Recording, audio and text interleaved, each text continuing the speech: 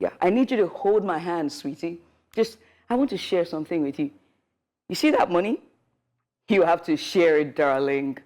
I understand. I know it's hard. I know. Just hold my hand. You will share it.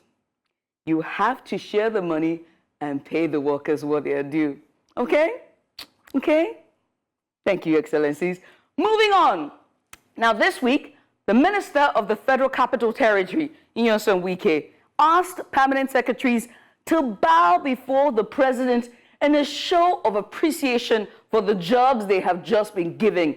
And that's how I know Africa is going back to its roots. Because where else in our culture does a man with a scary voice force you to take a bow before an old deity?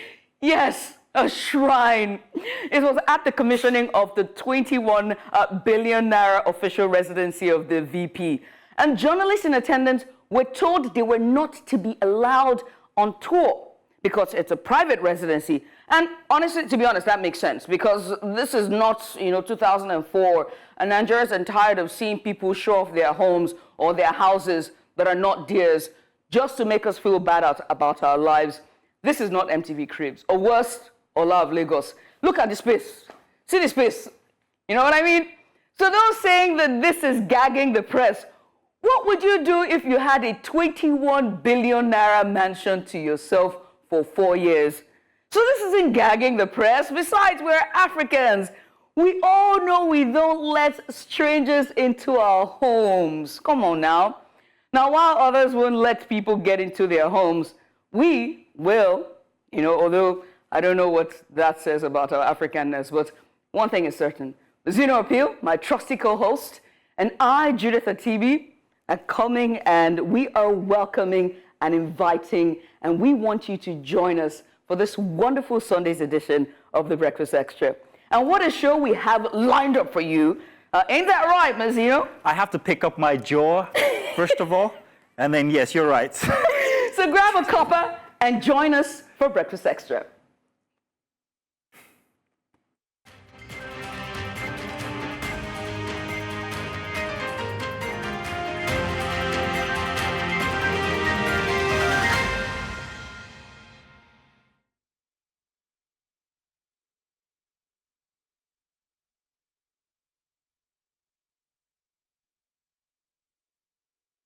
Well, you're welcome, and it's time for us to actually do the dailies with you this morning. Thank you very much for joining us, Judith. That was a riveting prologue there. I do not know what to say, but wow, I thought I was bold. I'm sorry. I'm so sorry. But it's all good. Thank you very much for welcoming us into a Sunday edition of the show this way, because you are correct. I mean, hey, they are truly going through a lot, these people in high-ranking offices in politics. I mean, what can I say? Very pitiable times they are in. It's very interesting. In any case, we are going to be going into the dailies for this morning, and we are going to be starting with the Guardian newspaper for this morning. For the Guardian newspaper, we have these headlines. First headline that meets you this morning: Labour fires back at state governors. That's on page 2. And still inside of the Guardian, EFCC arrests suspects at nightclub's Bachelor's Eve party in Ondo. Wow. I hope they didn't get the groom, however. Now, I have mandate to deliver quality life for citizens, says Tinubu, and we are still waiting for that quality life. You want to find that interesting read on page 3. Presidency tasks graduates to acquire technical skills. And, of course, at the bottom, where is Tinubu's government of national competence? Inside stuff. You want to check that on the back page. At the very top for the Guardian, discretion, or rather dissecting Aregbesol's unending political battles in APC, and a little bit of arts this morning. Art, culture, creative space will enhance economic diversification, says Musa Musawa. Interesting read for the Guardian. And of course, let's not forget the big photo story there of the NLC and TUC leaders with the government, the federal government, still deciding on exactly what the minimum wage will be. Now, what else do we have for this morning, Judith? Yes, we're going to the Sunday Punch. The very first story that bumps at you is Dangote Refinery. Oil majors blame theft, low production for poor crude supply, and that's on page 3. There we go. As well, at the very bottom, you see list pipeline vandalism. Policy issues others as major constraints. Nigeria's modular refineries not getting crude, and that is refinery owners there. When you go to the side, you're going to see the Kaduna Assembly yet to report findings on El Rufai. That statement there is from the EFCC, ICPC. You can find that story on page 4. And that story there, if you remember from yesterday, from our broadcast yesterday on Saturday Extra, we had the Deputy Speaker for the Kaduna State House of Assembly who was telling us more about their report. Now, at the bottom after that, you're going to see this headline: Nigerians will decide if Atiku or Obi will be PDP's candidate in 2027, says Bafarawa. You can find that story on page 38. And when you go to the bottom there, I'm a better father after growing up in broken home. And that's Thin, Tall Tony. And that's on page 39. When you go on to the very top of the paper there, minimum wage, resign if you can't pay. And that's labeled as they tackle governors. You can find that story on page 7. Olakunle's installation as new Olubadan holds soon. And that's on page 6. And that statement there is from Makinde. There you find another one there on pages 17, 20, and 29. Youths should change work for honor. And that's Michael Adeojo. I guess it's talking to Gen X, don't you think so? At the bottom there, you find this one here. How defenseless disco workers fall prey to electricity consumers angered by crazy bills, poor power supply, and that's on pages 44 and 45. Now, right next to it is drunk drivers shun safety rules, endanger also unsuspecting passengers. And that story there is on pages 42 and 43. At the bottom there, on pages 22 and 27, you're going to find the story how land battle, gender inequality in agriculture incentivizes undermine women farmers' productivity. And lastly, on page 4 is Salah. Ram traders lament low patronage amidst high prices. And all of that, you can find all the stories and more on Sunday Punch. Wondering how the celebrations are going to be this year because of the hike in price of rams. Oh, There's a goodness. package on that by Adishawa earlier this week, and you should check it out. Very interesting, very sad situation. Well, let's move on now to the Sunday Vanguard this morning. Big headline, MKO resurrects amid June 12 setback. Abiola's son speaks on theory dad killed by Balance Abacha's death. And a couple writers there, one of which is activists narrate hindrance. Key actors relive horrors of struggle, and our country has moved further away from June 12, says the NADECO. Plenty more inside of the Vanguard. Minimum wage, states can pay more than 60,000 naira labor hits governors. That's on page 6. Everybody would want to read that. There's no one like me, says Yemi Alade, and we believe you. At the very top for the Sunday Vanguard, after trucks evacuated, Danfo's Okada's area boys locked down Apapa Oshodi Expressway. This is very true, and I can testify to that personally. Makinde endorses Olakunle's as 43rd Olubadan and next frontier in art, culture, and creative economy. This is an interesting read on page 13 for the Sunday Vanguard. That's all. I think I covered every single thing on the front page. What next we have? Oh, yes, indeed. Let's move on to our next one here, and this is from The Nation for Sunday. And at the very top there, federal government retooling financial system to relieve Nigerians, and that's from Tinubu there. You can find the story on page 5. It says, names Abuja Road after Chinua Achebe. I would say that's a laudable move. You know how I feel about Chinua Achebe. Right next to it is 18 teenage Nigerian girls rescued from traffickers in Ghana. And that story is on page 2.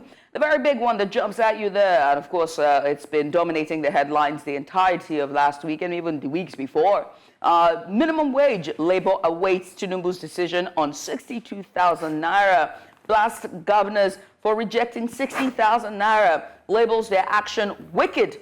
Afterwards, it says pay rise may not bode well for economy, says experts. Now, at the very bottom there, you're going to find the story. Parents demand justice over mysterious death of daughter in boyfriend's house.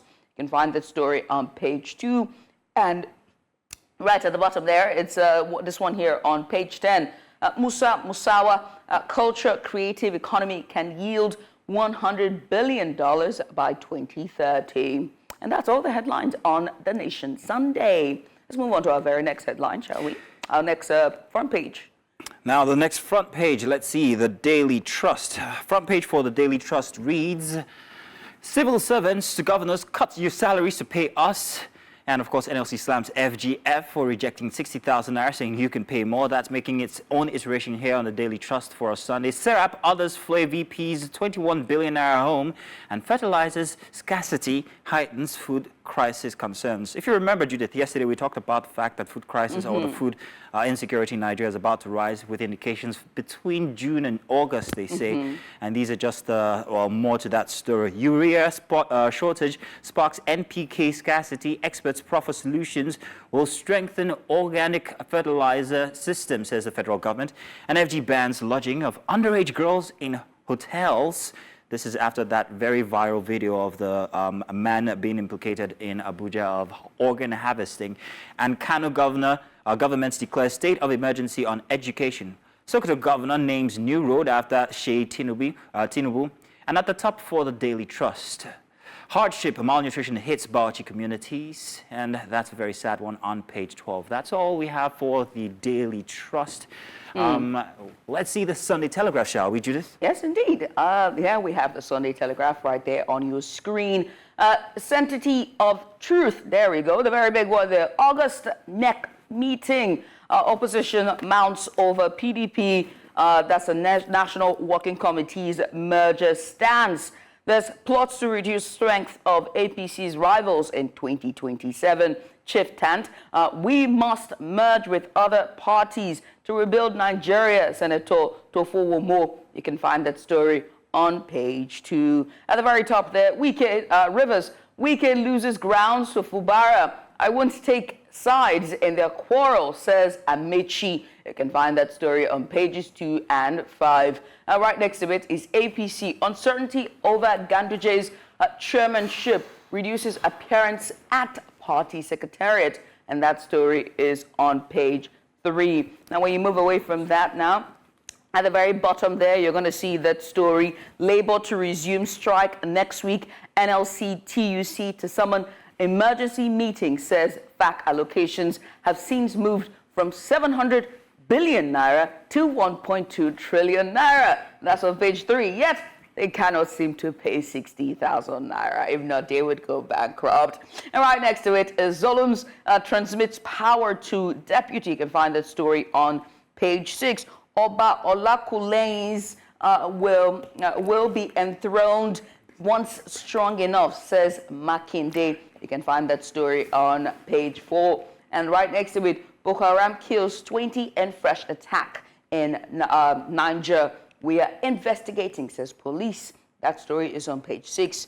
And lastly, right next to it, EFCC arrests groom, 49 others at bachelor party. And that's on page 26. Now I'm interested to see what really went down in that bachelor's party, if you know what I mean.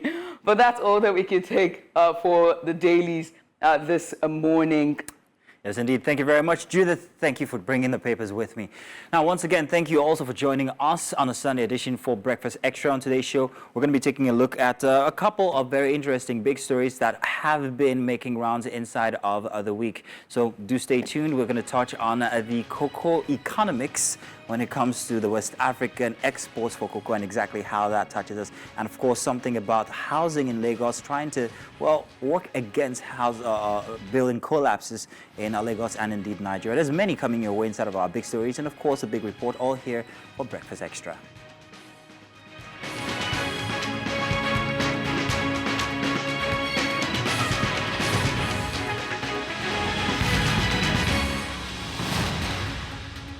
Well, Welcome back. Now to our very first big story for this morning. Let's take a critical look into a significant legislative development in Nigeria. The Nigerian Senate has passed the bill to increase the salaries, allowances, and also benefits of judicial officers. This legislation aimed at enhancing the effectiveness and independence of the judiciary has stirred considerable debate.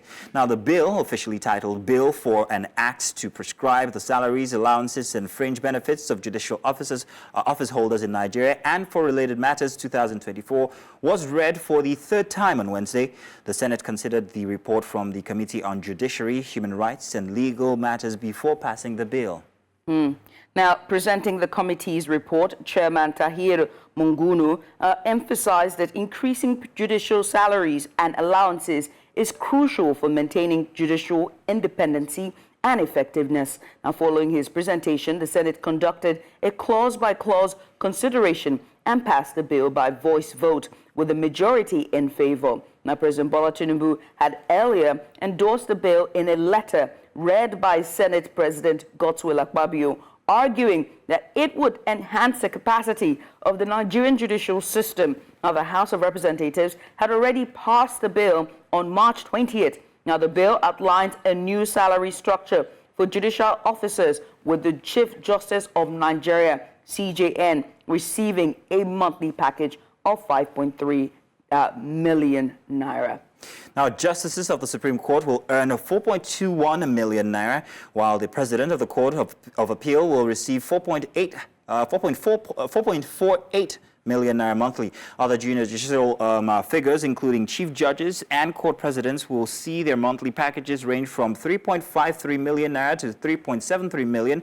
Additional benefits include leave allowances, estacode of $2,000 per night when applicable, duty toll allowances, a severance gratuity of 80.78 million naira upon successful completion of tenure, and an option for a motor vehicle loan. Now, to discuss this and the implications of the bill, we have with us, joining us, Francis Chilaka, public affairs analyst and also legal practitioner.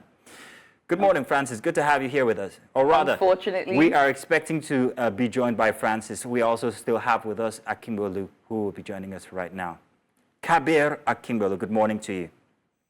It's a pleasure for having me on the program. Good morning, Nigeria. Thank you so much for joining us today. Thank you very much for joining us this morning. Now, what are your thoughts on the timing and also urgency with which this bill was passed? Well, the timing is, I don't want to say the timing is wrong. No, it's never too late. It's better than, never. However, it is long overdue, because the last time the salaries of these judicial officers was increased was in 2007. I think about 17 years ago. So you know what dollar was in 2007. $100 was about 15,000 naira or 14,000 or thereabout, and now $100 is about 1,500 naira.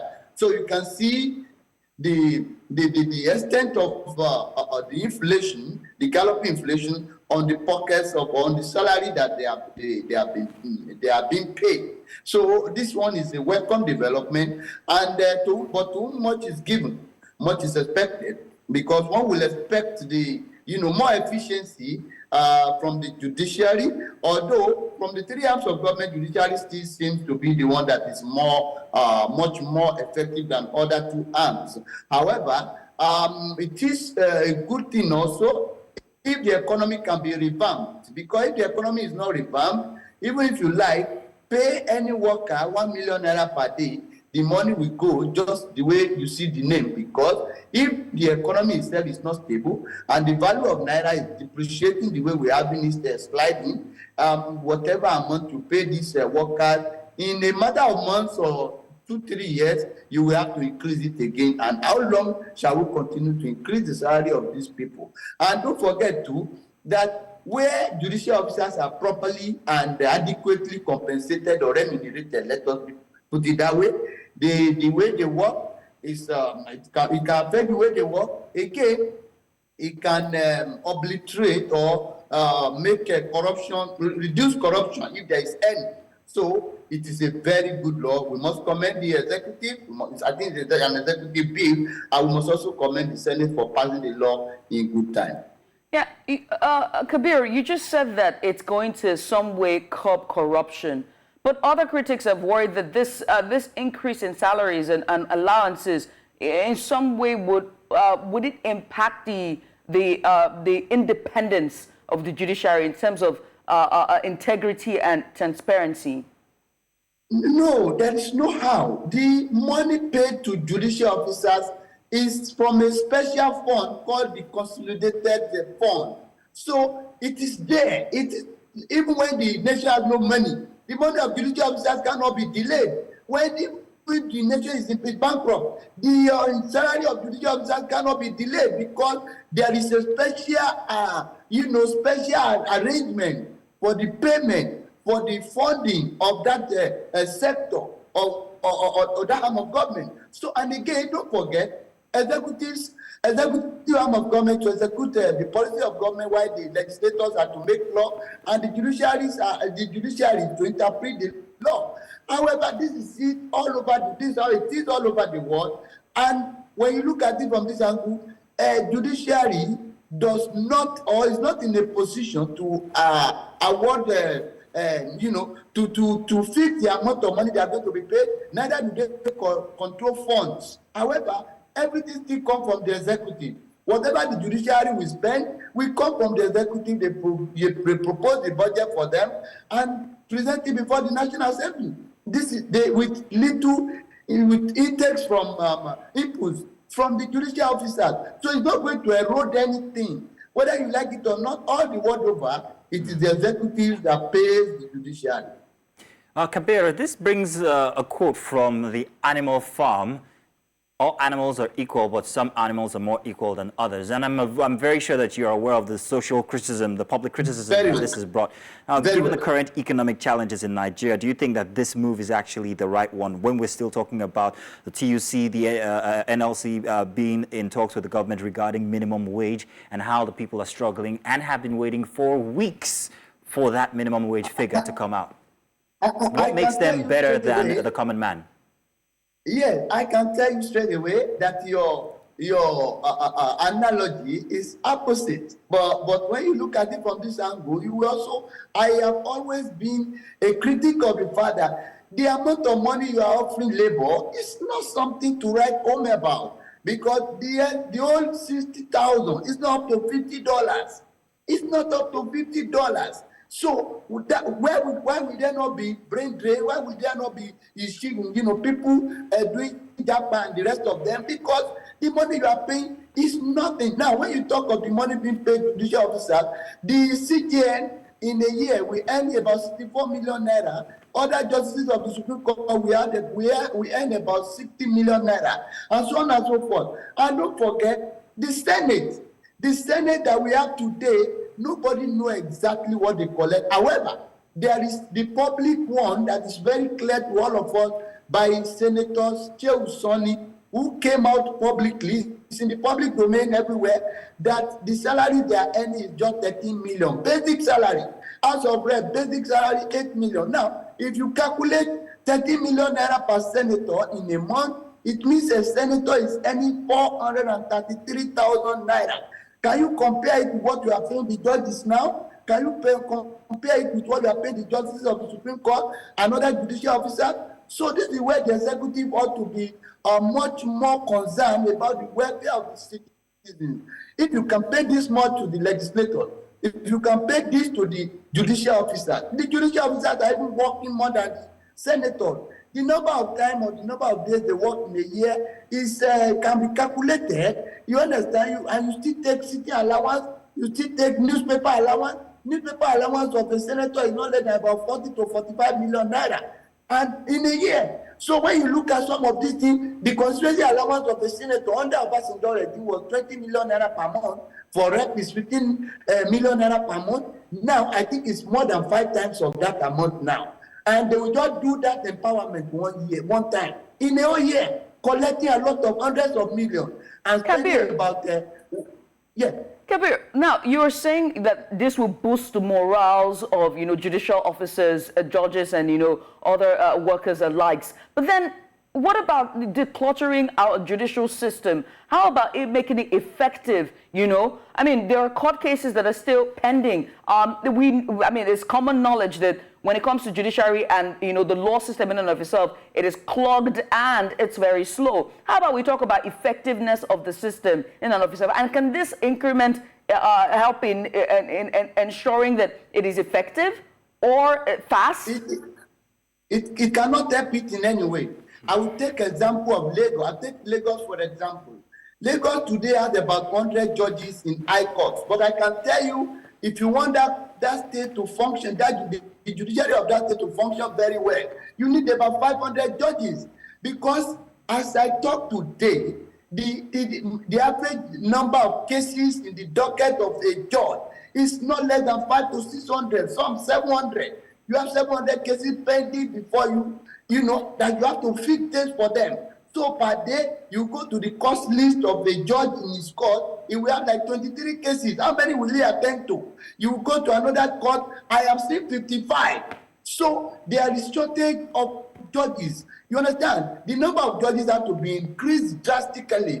You know, in a state like Lagos, having, you know, they need not less than 500 judges. And now, go to Court of Appeal, the same thing. Go to the Court of Appeal is even a bit better than every other sector. Go to Supreme Court. We have only, since inception, the Constitution made provision for 21 justices of the Supreme Court, but except under Tinubu, the highest we have had was 16. Now, but Tinubu has increased it to 21, which is the maximum. So we can have 4 panels sitting now. Unfortunately, at the Supreme Court, we have 2 courtrooms. So how will the 4 panels sit? So what they do is the 2 panels will sit for 2 weeks, another 2 panels will sit for 2 weeks, the other 2 panels rest. So this is not the way it is supposed to be.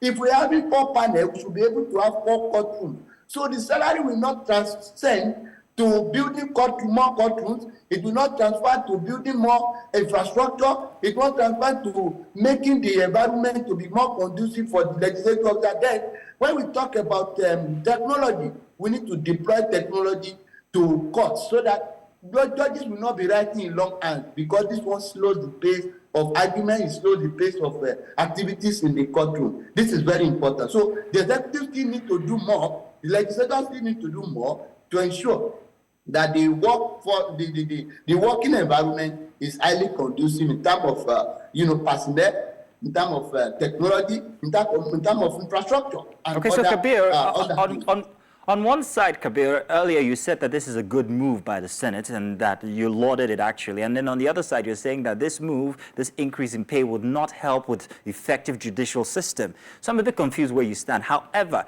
my question is, what are the potential political implications here passed by President Tinubu, and also what are the implications on him politically and the ruling party, noting that they are the ones who actually accepted this bill?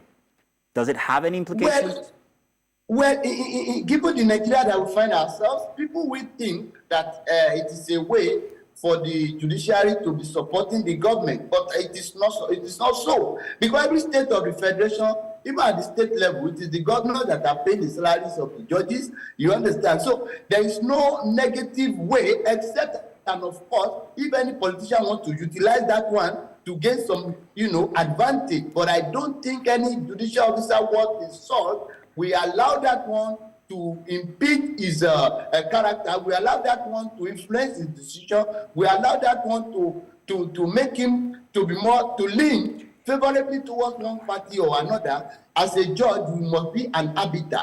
Because in any polity where a judge is corrupt, where the judiciary is corrupt, it is worse than armed robbery. So it is not good where the judiciary is corrupt. And I want to think that this will not have any negative impact on that. But what I'm saying, in respect of where you are confused, is that it's a good move to increase the salary. However, it is better to improve the economy. That is what I'm saying. Because if the economy is not improved, in the number of a year or two, the money is gone. Kabir, you still haven't answered the question, which is, and I'm just going to reiterate my co-host's question. Will this increment in any way influence or have an effect or somewhat on President Bola Tinubu's administration and the ruling party in general? No, it will not. But to the public will believe so, but in practice, it will not. It will not. Okay, then. But the perception of the judicial world will be different, in rating the government.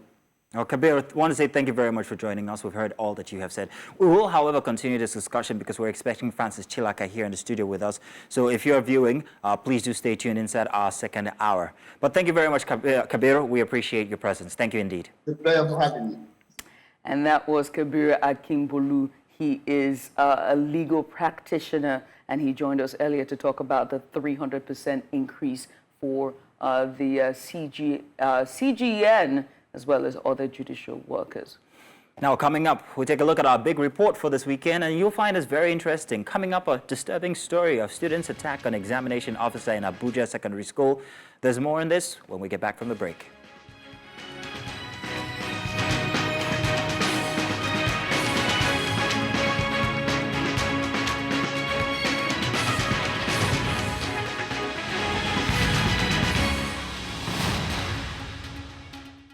On Big Reports, we bring you a disturbing story from Abuja where violence erupted at government secondary school where the examination officer for the school, Orozo, which is in Orozo, Abuja, Al-Kadriya Mubarak, was attacked by students at the school. Now, the incident occurred after the school's disciplinary committee confiscated and destroyed mobile phones allegedly seized from students intending to use them for examination malpractice during their senior school certificate exams. Now, the students attacked the examination officer as well as his son, destroying his car in the process. In a swift reaction, however, to the violence, the police intervened, making some arrests. Now, we now turn to our correspondent, Emmanuel Bagudu, who broke the story earlier this week. Emmanuel, good morning. Good to have you here with us. A very good morning here from Abuja. Thank you. All right, good. Now, Emmanuel, please, can you tell us about the sequence of events that led to the violence exactly?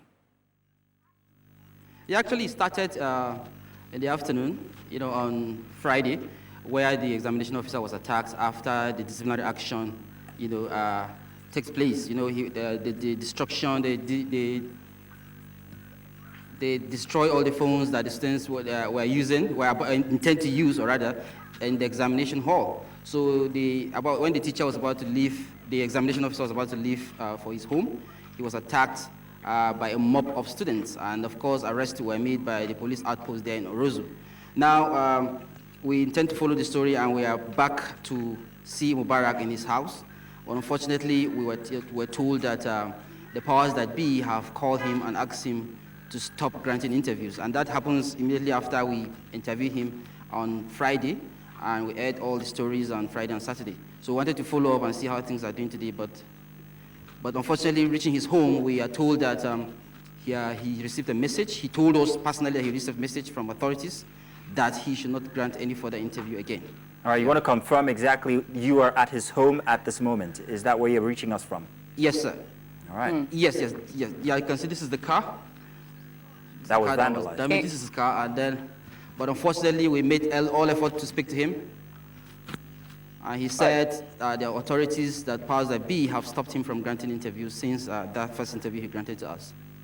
Emmanuel, I'll need you to step back a bit. Let's take a more clearer look at the car. If you can just leave the view of the camera for us a little bit back. Okay, there we go. Thank you so much. Okay, this is the car. You can just Lando. Oh. Okay. That is it. That's good. Thank you very much, Emmanuel. Emmanuel, how are the school authorities, I mean, from what we can see there, and now the teachers' refusal to speak to us, it's very clear what their response is, but you are there. How is the school authorities responding to this incident, and what measures are being taken to prevent such occurrences in the future? Yes, in fact, the swift reaction of the police, and of course, Mubarak, who actually reported the matter to us, actually made the school authority to, take the matter very serious. Unlike some other cases that we've heard before, where matters have been delayed, but this particular issue is being taken serious as I speak. In fact, the direct message he received from his principal this morning is the fact that the authorities where the secondary school is under, are actually saying that they have taken full responsibility of this matter, and they are going to look at the issue.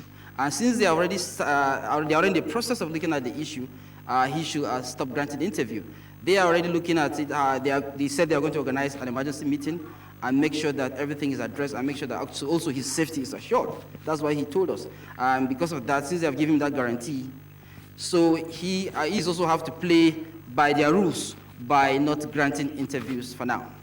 Okay, Emmanuel, there's one question that's left unanswered here, and that is the note that you actually said that the students got their phones confiscated and then destroyed. Now, is the school taking any responsibility for the fallout of destroying these phones? Were they under any right supposed to destroy personal effects by, that are owned by these students?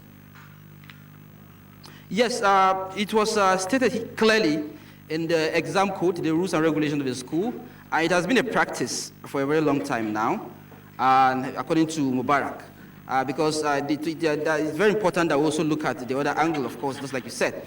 But what we tried to find out is that Mubarak told us clearly that it has been a rule that during examinations, once you are caught with phones, once you insist on going into examination hall with phones, the phone later will be destroyed in the assembly ground, on the assembly ground in front of other students, so that it will serve as a deterrent to other students. It has been done before, it has been going on before. In fact, he told us that the methodology they use is whenever students are caught in the examination hall, they normally ask the student by themselves to destroy the phone by themselves in front of the students on the assembly ground using hammer. So in this case, he said the students were taken to the assembly ground, those that were caught in the recent examination, and they were given the hammer to destroy the phones, and they refused. So it was at that point that he noticed that they are trying to be violent. So the school authority, of course, took the authority in their hands. They actually used the hammer by themselves to break the phones in front of the entire students. So it has been a rule that once you are caught with phones inside examination hall of that kind of magnitude, serious exams like that, a final year exams like that, the phones will be destroyed. So that has been the practice in the school. And not just that school, but many other secondary schools are around the FCT. Right. Let me ask you, Emmanuel, about the students and most importantly, their parents as well. Have the teachers, have the students, or have the school made any statements about the parents, what the parents are saying, or if the PTA association, have they been able to come out and make statements regarding this behavior from their words and children? Okay. This is just the story is still fresh. It's still developing. We intend to follow up this story. Meeting the PTA, meeting the bigger authorities actually that stopped Mubarak's interview. I think that's where we'll proceed from here. We'll continue to follow the story. This event just happened on Friday, and today is Sunday. So we intend to, by the time work resumes fully tomorrow, we intend to actually hear from the other side, in fact, from even the parents, and of course the higher authorities, so as to make sure that everyone's voice is heard in the story. Well, Emmanuel, we want to appreciate you. Thank you so much for taking out the time this morning and just to cover this story. We'll continue to keep tabs as it continues to develop. Many thanks again. And that was Emmanuel Bagudu. He's our correspondent live in Abuja as he's giving us a story, a very, very disturbing story. And now we turn into the studio here where we have with us Veronica Modi. She's the assistant head of school, Holden Park, and she joins us live in the studio to talk to us about a very, very important topic. And this time it's on malpractices. And now you've seen the story, you've seen the footages and all that's going on. And now this is not the first time we've seen an issue like this, is it? Where, children will lay their teachers, this now talks about a broader issue when it comes to tackling malpractice in Nigerian schools in general, whether tertiary and secondary school. So let's start with, the underlying causes of examination malpractice in Nigerian schools. Why these cases keep coming up? Thank you so much, and good morning, everyone. The issue of exam malpractice in Nigeria is as old as I can't just even give it a date because part of the reasons why, I guess one of the major reasons why we have exam malpractice in school in Nigeria is because the children themselves, the students, have kind of lost confidence in the curriculum or the assessment. So where it starts from is because there's this mindset they have that, oh, there's really nothing to this curriculum, there's nothing to the assessment, they don't know the aims and objectives of the assessment, they don't know what I'm going to do with it, why I'm doing it, why character in terms of what are the values I'm supposed to embrace as a student before I engage with an exam. So it starts right from that mindset. So it's trickled down over the years. It's more like their minds have been abused. So when it comes to exams in Nigeria, they just think, oh, just get in there, get my grades and get out. And they don't know that there is a learning involved. So what I think about is the curriculum. A curriculum is simply a whole set of, a plan of learning engagement for students. It entails teaching and learning. It entails skills, relevance of skills to the century, to the work industry. It entails the character the children are supposed to embrace. It entails even the assessment itself. How do you assess? When do you assess? What are you looking for? What are the feedback measures to ensure the children are actually doing well and they're engaging and they're well prepared for the final exam itself? So it starts from there. Now, entrenched in it is our policy as a nation. What are we looking for? What are the aims and objectives of our policy? Because if we actually have a set out plan about what we aim to do in terms of a nation with education, then it will be fed into the curriculum, right? Then it will go into teacher training, go into the kind of textbooks we're working with. We look at the school itself. Are we empowering the school? Are we engaging with the schools? So that is where it's a foundational problem. And it has to be tackled in a holistic approach. It has to be I see it as a tripartite kind of a setting. The government, the Minister of Education has to be involved as the voice of the government. The exam body itself, whether NECO or WAEC, has to be involved. And of course, the school, which includes both private and public schools. So when the team work together, set these things out, from the very start, share the objectives of the curriculum, equip the teachers, equip the students. Because I am a typical teacher. I have taught like 22 plus years, in this field. And my startup was a typical WAEC-based school. Where I currently work, where we teach both the WAEC as well as, the international curriculum, which happens to be Cambridge. And I remember my experience, coming from NYSC, early 2001. And the very first school I worked in, I was so burning with the desire to teach. I was a pure science teacher. So I was teaching the curriculum, the topics, looking for textbooks, looking for resources. And I had a colleague say, why are you stressing yourself? Excuse me, you just let them dub notes. I'm like, why are they copying notes? They don't even understand what the note is about. So that was the first shock I got. Now the big one was when it got to WAEC, because I was actually an WAEC examiner for some years, as well as NECO, and of course JAM. And the day of the exam, I saw my head of department rush into the hall and pick an exam script. She took it out, and I was a junior teacher. I said, excuse me, what are you doing? You're not supposed to. She was like, hold on, please, just stay away. They solved the questions, they brought it into the hall. Whoa. I was shocked, I was shocked. So you're saying that this type of degradation has gotten so far that it's so bad. In that school, it was common practice in some schools around us. They have what we call a deposit from parents with the exam fee as a WAEC support fee.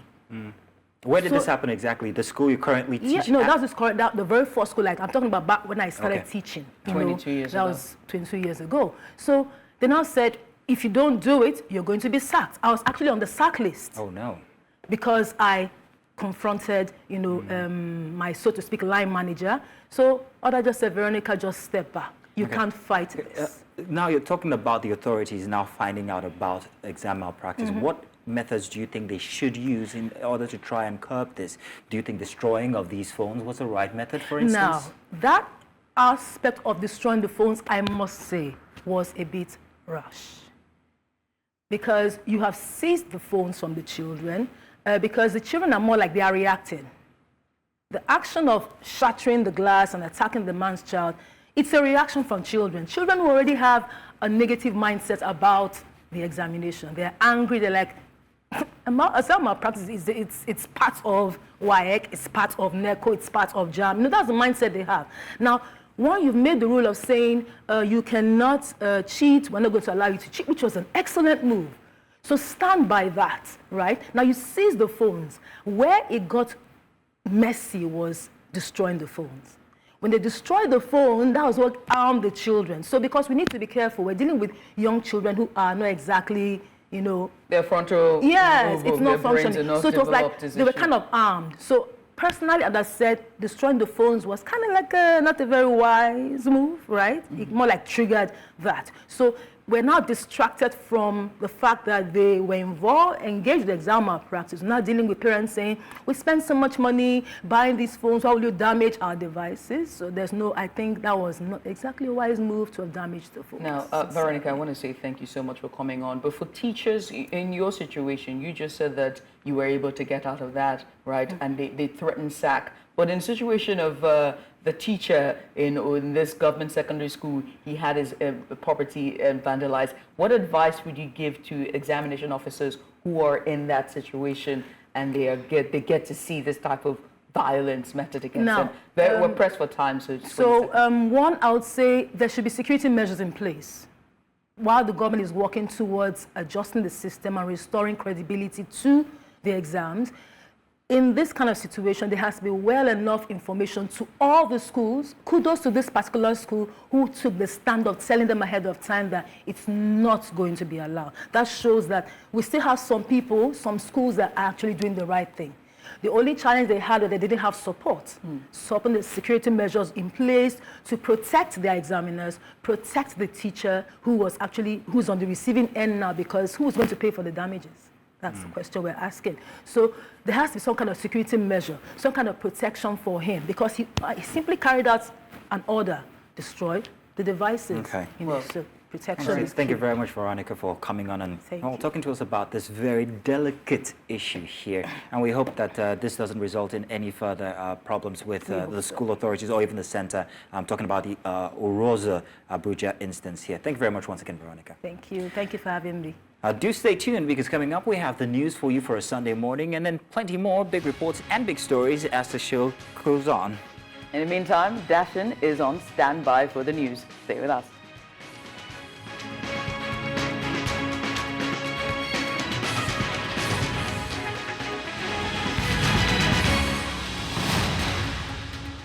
Welcome to Breakfast Headlines. I'm Darshan Usman.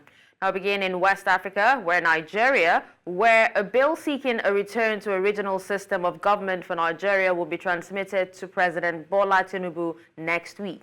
Titled A Bill for an Act to Substitute the Annexure to Decree 24 of 1999 with New Governance Model for the Federal Republic of Nigeria, the bill seeks, among others, new extant laws to be cited as the Constitution of the Federal Republic of Nigeria New Governance Model for Nigeria Act 2024. Following inquiries, the House of Representatives last week disowned the bill, saying the proposed legislation was not before committee for deliberation. However, the drafter of the private bill, Dr. Akin Fakpahunda, said he had chosen to send the proposed law to President Tinubu, who may in turn present same to the Parliament as executive bill. We now move to infrastructural development, where President Bola Tinubu has commissioned the provision of engineering infrastructure at the Guzape Lot 2 district in the Federal Capital Territory. Now, President Tinubu, during the event, commended the Minister of the Federal Capital Territory, Nyesom Wike, for his commitment to fulfilling the objectives of the Renewed Hope Agenda, especially in the area of infrastructural provision. Amadin Uyi reports. In attendance were senior government officials from the Federal Capital Territory Administration, including several from the presidency. The Minister of the Federal Capital Territory, Nyesom Wike, says that the contract for the provision of engineering infrastructure in the Guzape district of Abuja was awarded about 21 years ago, but was stalled due to poor funding. This job was awarded in 2003. 2003, under the administration of our father, Olusegun Obasanjo then. And just like the ES said, it was divided into two lots. Lot 1 has to be given to Dantata and Sao. Lot 2 has to be given to Gilmore. An ecstatic President Bola Tinubu, proud to commissioning the road infrastructure, assured those present, saying his commitment remains the same, which is ensuring Nigerians reap the best from government and enjoy the dividends of democracy. I don't have a plot here, but I have the people's support and the mandate to deliver good quality of life and living environment. That should be enough for all of us to share in the joy of commitment, dedication, perseverance, and little give that God has endowed us with. He commended the minister for his zeal and resolve to ensure the infrastructure is made available for citizens, saying he has done exceptionally well. Ishan Wike, you have provided exceptional leadership at a trying time for the country. You've demonstrated the capacity to build a team, to lead a team, and to deliver on promises. The event is the 9th project commissioning exercise performed by President Bola Tinubu in the last 9 days. In Abuja for News Central, I am Amadine Uyi. In the meantime, President Bola Tinubu has approved the naming of the M18 road infrastructure in Guzape district, Abuja, after late renowned novelist Chinua Achebe. The president stated this during his address at the inauguration of the road in Abuja on Saturday, June 8th. This was contained in a post by Special Assistant to President Tinubu on social media, Olusegun Dada, on his X handle on Saturday. Let's now tell you that the Nigeria Labour Congress has accused state governors of bad faith in minimum wage negotiations, rebutting a governor's claim that paying 60,000 naira monthly is not sustainable. Governors, through the Nigeria Governors Forum, rejected the proposed wage, citing concerns over budgetary strains. NGF worried that implementing the 60,000 naira wage would exhaust states' funds, leaving little for development projects. NLC's Public Affairs head, Benson Ukpa, criticized the governor's stance, calling it unprecedented and untimely amidst ongoing negotiations. Ukpa stated that they believe the governors have acted in bad faith. He adds that it was unheard of for such a statement to be issued to the world in the middle of an ongoing negotiation. The legislature is one of the 3 arms of government, and its primary role is to enact laws. In this report, News Central's Austin Azu examines the first-year performance of the 8th Assembly of the Delta State Legislature. Take a listen. The legislature is the arm of government primarily responsible for enacting laws that focus on the progress and well-being of the state.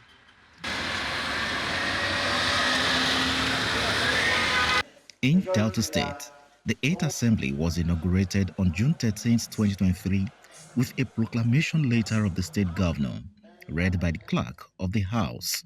I congratulate all the members-elect on your victory at the general elections held on the 18th of March, 2023. How have the 29 lawmakers of the state legislature performed their duties and oversight functions in the last 1 year? The 8th Assembly, I restate my earlier position, have performed below average. They need to act as an assembly that can help to cushion the very difficult times that Deltas are in. Not just me alone, so many persons are complaining because they are there to speak for us. And they too make laws that they cannot at least keep.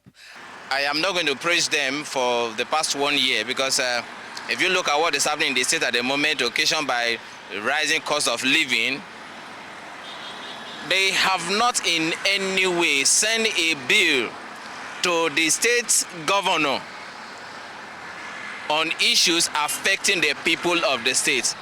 Speaker of the House of Assembly, Emomitimi Gowo, during a press conference to celebrate the legislature's first anniversary, highlighted their achievements, including passing motions and resolutions focused on improving the welfare and security of Delta residents. In the period under review, the House received a total of 18 bills, 15 executive bills and 3 private member bills. Out of the 18 bills, the following 9 bills have been passed and 3 assented to. In response to reporters' questions about local government autonomy, the Speaker called the federal government's lawsuit against the 36 state governors an aberration. I want to say that what the AGF has done for me is an aberration. Aberration in the sense that it is unconstitutional for the federal government to deduct at source from the states what belongs to the local governments. While the Delta House of Assembly has a reputation for being vibrant, the real test lies in the impact on its citizens. Residents are looking for people-oriented legislation, effective oversight, and a strong check on the executive branch. In Delta, for News Central, Austin Azu. U.S. and Nigerian soldiers took part in a ceremony marking the withdrawal of U.S. troops from Niger, with more than 269 out of 946 already having left the country. Now, the withdrawal comes after the signing of an agreement between Washington and the Niamey military regime in May. Chief of Staff of the Niger Army, Colonel Maman Sani Kyo, said representatives of the two parties participated to spare no effort to ensure the success of this withdrawal. Depuis la signature de l'accord sur le retrait des troupes américaines le 19 mai 2024, plus de 269 éléments sur 946 et plusieurs tonnes de matériel ont déjà quitté le Niger. Ce vol du 7 juin du C-130 Globemaster 3 de l'armée de l'air américaine depuis la base 101 de Niamey marque le début d'une série de plusieurs rotations de gros porteurs pour le rapatriement du personnel et du matériel conformément à l'accord. And that's all on the headlines. It's back to Mazino and Judith. Thank you very much, Dashin. Once again, you know what I'm about to say. You're looking dashing. Good morning, Zino. Good morning. Hey, did you see the story about the invigilator that was attacked from Abuja? What did you think about that? Yeah, we actually talked about it yesterday. And, I saw one of the teachers from the school complaining about the students and everything. But, it's a three-way street. So these students were actually put under their care so that the teachers can discipline them and show them, how it works. But for the students to turn around on the teachers, it means there's something that's going on that we really do not know about. Is either the education system in that particular school is faulty somehow, and the teachers seriously need to be held responsible because they are responsible for, impacting, education in those students, and they're also responsible for, teaching them discipline. So if they're lacking in both, then there's something wrong with, the teachers. I think orientation they should be and held all of that. Well, I mean, orientation is one. Orientation, right? yeah. Yeah, it's one thing. It's sometimes, even no matter how you grasp it, you have to understand that there are different children from different backgrounds and different upbringing all in one melting pot. And sometimes it can be quite a handful. Yeah, but there are schools that are actually successful in that. They've been able to, teach students what they need to learn to be able to move on in the world and be able to learn. There's students who, entered schools as, let me just say, the parents too. Yeah, the parents too should be held accountable some way, but they spend more time in school more time with these teachers who are supposed to impact on them and orient them or reorient them. So, yeah, well, like I said, a melting pot. Well, Dashin, many thanks for doing this. We'll see you later on at 10 o'clock. And now we'll switch gears, all right? We'll come back into the studio and continue our conversation for earlier on inside the 8 o'clock hour. And it's about the 300% pay rise or raise for CJN, the CJN and judiciary workers, the wages as the Senate moves to pass a bill or sanct a bill that would see a 300% wages increase for the CJN and also for the judicial workers as well. Now, joining us inside the studio is Francis Chilaka. He is a social commentator and also a legal practitioner. You are welcome. Oh, no. My apologies, sir. But welcome, sir. Thank you very much for joining us. Thank you. All right. So, earlier we had a very interesting conversation, you and I. You're already laughing, but I'm going to ask you exactly what I asked. I had asked him to please don't say anything. Let's get on before he mentions it. And I asked you, what exactly is your stance on this? And the response you gave was? Height of corruption. Chai. That's just what it is. Sorry, I shouldn't have said anything. No, but that's what it is. I don't know how to put it. I don't know how insensitive governance has become in this country. I don't know how we view the people. Those in power forget that sovereignty belongs to the people. And when you treat the people less as humans, you are really, really bastardizing their lives. You can't be increasing one sector and leaving out another sector that really touches the ordinary Nigerians.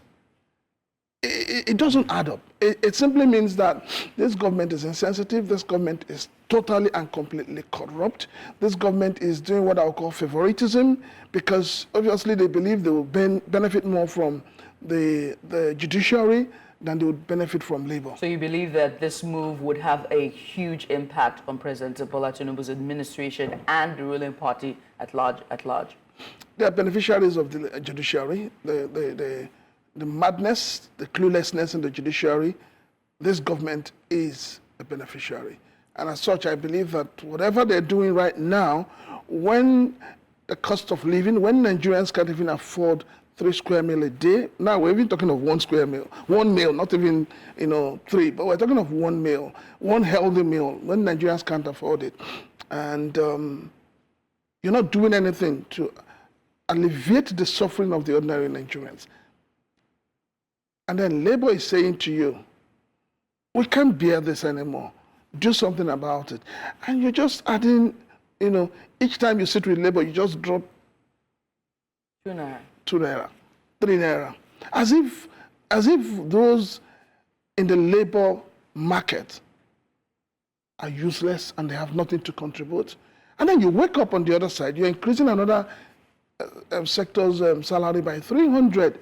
What on earth are you trying to prove? What are you trying to tell every other person? What? So I don't know how they go to sleep at night, and I don't know how they wake up, But something needs to be done. The way this country is going, we all need to come out and, take back our country. Our last guest made a case for a salary increment for the judicial workers and even the CJN at large. And he was saying that, that the last increment was from 2007, hopefully I don't misquote him there, and that he was saying that it was necessary given the inflationary economy that we find ourselves and that times as increasingly changed, Do you think that he has a case there? Well, if from what he's saying, if he's saying that time has overtaken a lot of events, but what we should ask ourselves now is, in doing this, how does it add to the livelihood of the ordinary Nigerian out there? You find somebody who is already earning about maybe 1 million naira minimum a month, and you're adding 300% to that. Then somebody that is earning 30,000 is asking you, knowing that we all go to the same market. You can't go to a filling station to buy petrol and you say, oh, I'm APC, I'm Igbo, I'm Yoruba, I'm a Christian, I'm a judiciary, I'm a labor. You can't do that. We all go to the same market. Right now, a bag of rice is going for 80,000 naira. and you're paying a man who has a wife, maybe 3 kids and himself, that's a family of 5. You're paying them 30,000 naira a month. And you're saying, okay, I'm going to increase it to 60,000 naira a month, or 62,000 naira, or even 61.5 a month. The question you should be asking yourself is, how do you want them to survive?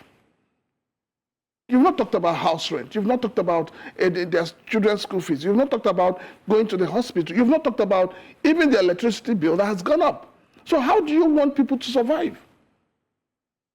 And then somebody that is already earning 1 million, you're adding another maybe about 300 or 400 or even 500 to his, or even another million to his own salary. And you feel that the other man that is taking 30,000 should continue to take it. Mr. Francis, do you think that the efforts of the NLC and the TUC are misplaced? Do you think that going after or picketing or striking over the issue of the minimum wage is the wrong move? Perhaps maybe they should be refocusing on these legislative office holders and perhaps asking for their salaries to be brought down, or even redirected to the common man? Because our last guest told us of Lagos, for instance, having about 100 legislative offices and it not even still being enough. Now, with that increase, if they were to take all of that amount and redirect it to the common man, perhaps maybe that should be the fight that they're fighting instead of asking for an increase to the new minimum wage. Well, I think I would say this, that in as much as I support Labour, I think Labour did not do their homework well, in the sense that the first thing Labour should have actually asked for, they should actually be speaking about and demanding, is that, one, we reduce the cost of governance drastically. It's very important. 2, they should be asking for, how much are the honorable members earning? How much are the senators earning? How much are the governors earning? How much are their aides earning? Put all that side by side. And then you face another aspect of it, which is, how do we bring down the cost of living in terms of food items? Now, by the time you follow all of this, you'll find out that a lot will be achieved. So even when you're paying somebody 60,000 naira, you know that, okay, Gary is about maybe 500 naira per pint. It makes a lot of sense. But now Gary is about 4,500 per pint. So yes, I think Labour was more focused on salary increment rather than looking at the indices of how that salary becomes reasonable to them when it is paid. I tell you this, even if you pay Labour 250,000 naira, with the current situation, it will not make any difference. It will not. So I think what government should be looking at is to say, okay, we're going to pay you 60,000, but we're going to cut down on taxes. We're going to cut down on since there's a war between government and government, who is paying subsidy and who is not paying subsidy. But I think it is high time the subsidy regime, which was thrown out unceremoniously without planning, is what plugged us into what we are today. I think government should readdress that. There's nothing wrong with going back when you make a mistake. A mistake has been made, and that mistake is that, Mr. President, on the 29th of May 2023, committed a blunder. He dragged Nigerians by the ear, by the nose, by the throat, and he hung Nigerians without thinking of the effect of that statement he made. Subsidy is gone. I think it's also time for him to go back to the drawing board and find a solution to that subsidy is gone. I mean, we understand that Wale Edu and the other steering committee had now brought the blueprint for him, or a template for him, to redirecting the economy back to some sort of stabilizing the economy. There we go. That's the word. But I mean, to redirect our conversation back on, CJ and here, there's been talks about how clogged the system is, the judicial system is. In terms of priority, is this increment priority, or should the focus for the legislature and the executive arm lie in decluttering and just making sure the judicial system is as smooth as can be? Well, the thing is, first of all, let us be very honest with ourselves. This increment is a total disaster. I keep saying it. It's the height of corruption There's nothing else you can say about it. We also need to understand that the executive is holding everybody to ransom. Don't forget, we have the executive, we have the legislature, and we have the judiciary. These are three arms of government that should function independently. But that is not what is happening. And that's why I keep asking myself, what kind of democracy are we practicing in Nigeria? We claim we have copied from American democracy, but the kind of democracy we are practicing doesn't make sense. It doesn't add value. People's lives are not improved upon. There are no development, insecurities all over the place. So I think that the first thing government should have done is to say, okay, how do we unburden these other arms of government? Let them function on their own. Let them generate their own revenue. Let them fix their salaries the way they want. That will be a good status for us to have a sane society. But a society where you have the president, that's the executive, will decide the salary of the legislatures, the salary of the judiciary, then what kind of democracy are we running? Real quick, sir, before we end and we are running out of time, I wanted to take you back to one of the first comments that you made regarding the government, the executive, judiciary, and also the legislative being direct beneficiaries of this bill. What exactly did you mean in clear terms, in practical terms too? In practical terms, we all saw it on TV when Bukachua made a comment that some of his colleagues are beneficiaries of the judiciary when the wife was the appeal court. So what has come out of it? Who investigated it? Who got punished? We run a society where people don't get punished for offenses. And that is why we are where we are today. That is why you can see somebody can steal 10 billion and is negotiating. Oh, I can give you back 2 billion. And when it comes, everybody is rushing around him. So we need to have that situation where if you benefit, in a corrupt way from a system, the system immediately should punish you. But when you have a system that, well, I think a few days back, former President Jonathan said something about the judiciary and about the political class, that if people know they will not benefit, from the judiciary, they won't be going to court after elections. Our political life has been monetized to the highest bidder. And until we change that, people who have ideas, people who have vision will not go into Nigerian politics. It makes me want to ask who exactly are in our prisons? If we're saying that these individuals are beneficiaries, so who are we going after when it comes to corruption? Who are we going after when it comes to finding out why or who is causing Nigeria's problems? Who are in our prisons? Who are they ruling over and saying, okay, you go to jail or you don't? Government. Everything boils down to government. You have EFCC, you have ICPC. What are they doing? Where is Yaya Bello? What has become of his case? I totally forgot about that. I actually totally forgot about that. Yeah, well, he's still on the run. Where's Better Edu? 2 weeks or 2 months? Wow. So these are things that are worrisome to every one of us. If you've not noticed, you'll find out if you have a friend who just goes into politics, just an ordinary chairman of a local or a councillor, give him 2 months. You will see him changing his car, buying houses and all. Where is it coming from? This country is richly blessed with mineral, human resources and everything. But why is it that it's not filtering down to the ordinary people? Maybe you should take a walk to a supermarket these days and you're walking. As you're coming out, you see the number of people standing outside asking you to give them money or asking you to buy food for them. It has gotten to that level. So where are our leaders? Are they pretending that they're not seeing the suffering the people are going through? This is a time where Mr. President should actually say, I, President Bola Tinubu, I'm cutting my salary by 60% and I'm doing the same across board. Then you will now see that the country would... let me put it this way. If the senators, the honorable members, the governors are subjected to receiving the kind of salary labor is receiving, a lot of people will not go into politics. Very true. Very, very true. Wow. So Francis Chilak, I want to say a very big thank you for joining us live inside of the studio to actually have this conversation, and your robust view on it has been very, very well appreciated. Thank you very much. Thank you. Thank you indeed.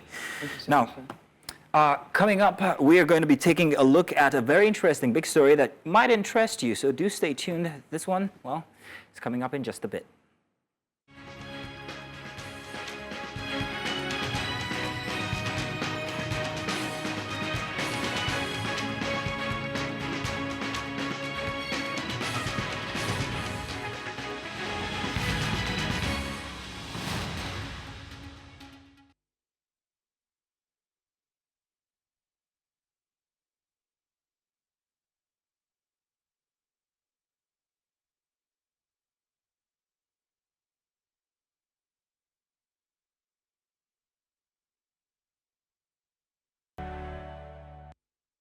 For our second big story, we'll be exploring the critical topic of health insurance in Nigeria.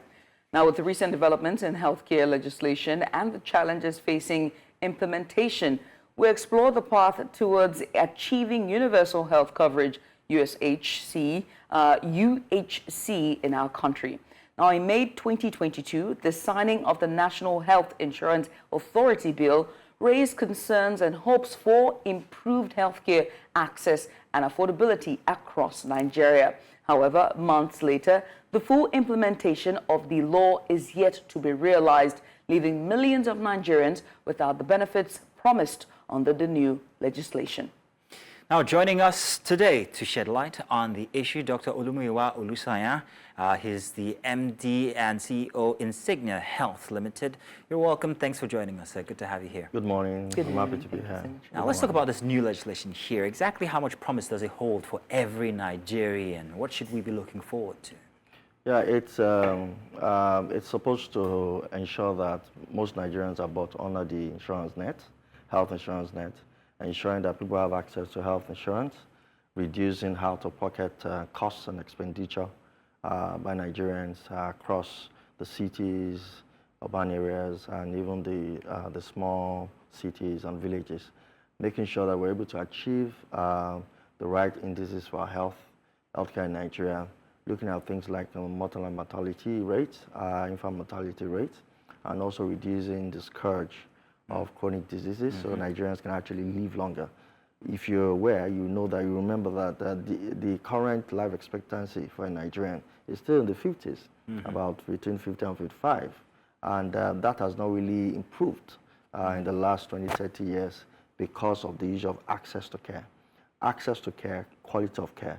And those are major issues that is driving all these poor health indices that we have. So with health insurance, this will actually improve all those indices. Can you give us an idea of exactly how many Nigerians are covered currently when it comes to health insurance that makes this legislation crucial? According to the NHIA, National Health Insurance Authority, about 50 million Nigerians are covered at the moment across all forms of health insurance schemes in the country. And this is social health insurance schemes, the one from the federal, which is currently run by the NHIA. And this actually covers majorly federal civil servants and some other small groups at the moment. Then we have social health insurance schemes run by all the states, most of the states across the country.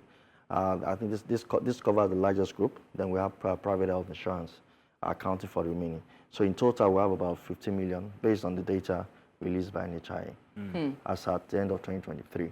And this is still about 5 to 7% of Nigerians' population. Yeah. So we're always hovering around that 5-7%. And you know the population keeps growing about 2-3% per year, which will keep outstripping the gap that we need to cover. That's where we are at the moment.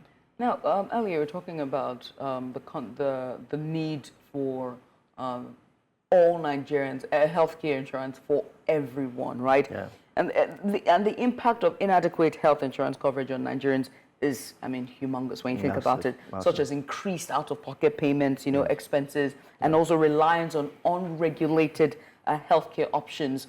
So can you just elaborate on the consequences of these challenges? Now, we know the challenges, but what are the consequences of these challenges? Truth needs to be told. No country can develop, no country can be productive if the government does not actually prioritize healthcare. Because for human productivity, for performance, healthcare is the basic, it's like where you need to focus on. That's where you need to invest in. When people are healthy, they have access to the right healthcare. They're living very, very prosperous life. They're healthy, they're strong, they'll be productive. And if you look at developing countries that are actually making strides, you realize that there's a lot of focus on healthcare. Look at the UK. There is no day the Prime Minister opens his mouth to talk. He's talking about healthcare. Healthcare drives the whole of that country. The same be for America, because that's where you can get people productive. If their healthcare is messed up, they are not fine, they are not covered, they have a lot of issues, they will not be productive. And the government needs to come back to this reality.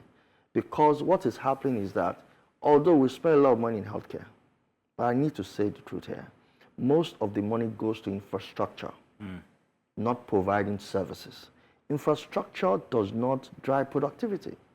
So if I'm building more private healthcare centers, I'm building more state-of-the-art hospitals, that doesn't mean that the people are well. That doesn't mean they have access. Who pays for those services? Do they actually have access to those services? Are they shielded from catastrophic payments for healthcare and the conditions that they're exposed to? So those are the issues we're supposed to be looking at, that actually investing in healthcare drives productivity, and that should be the focus. And I will bring us to this before I round up on that.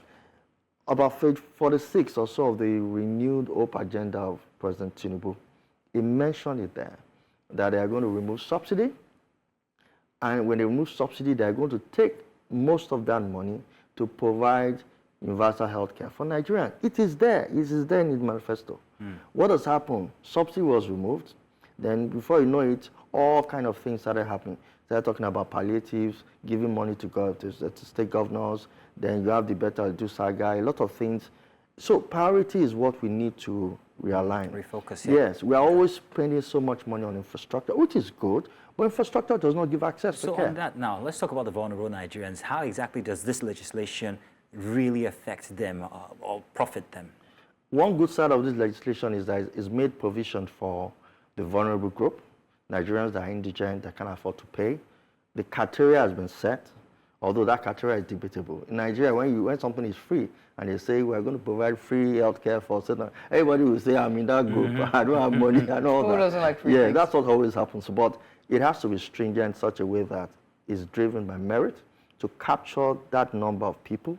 I think that number has been put at about between 50 to 100 million people to make impact for the first phase. I think they've also identified sources of funding for the vulnerable group where contributions will come from different sectors of the economy so that there can be money to at least arrange for the premiums of those people. So it's in the legislation, which is good, it's good.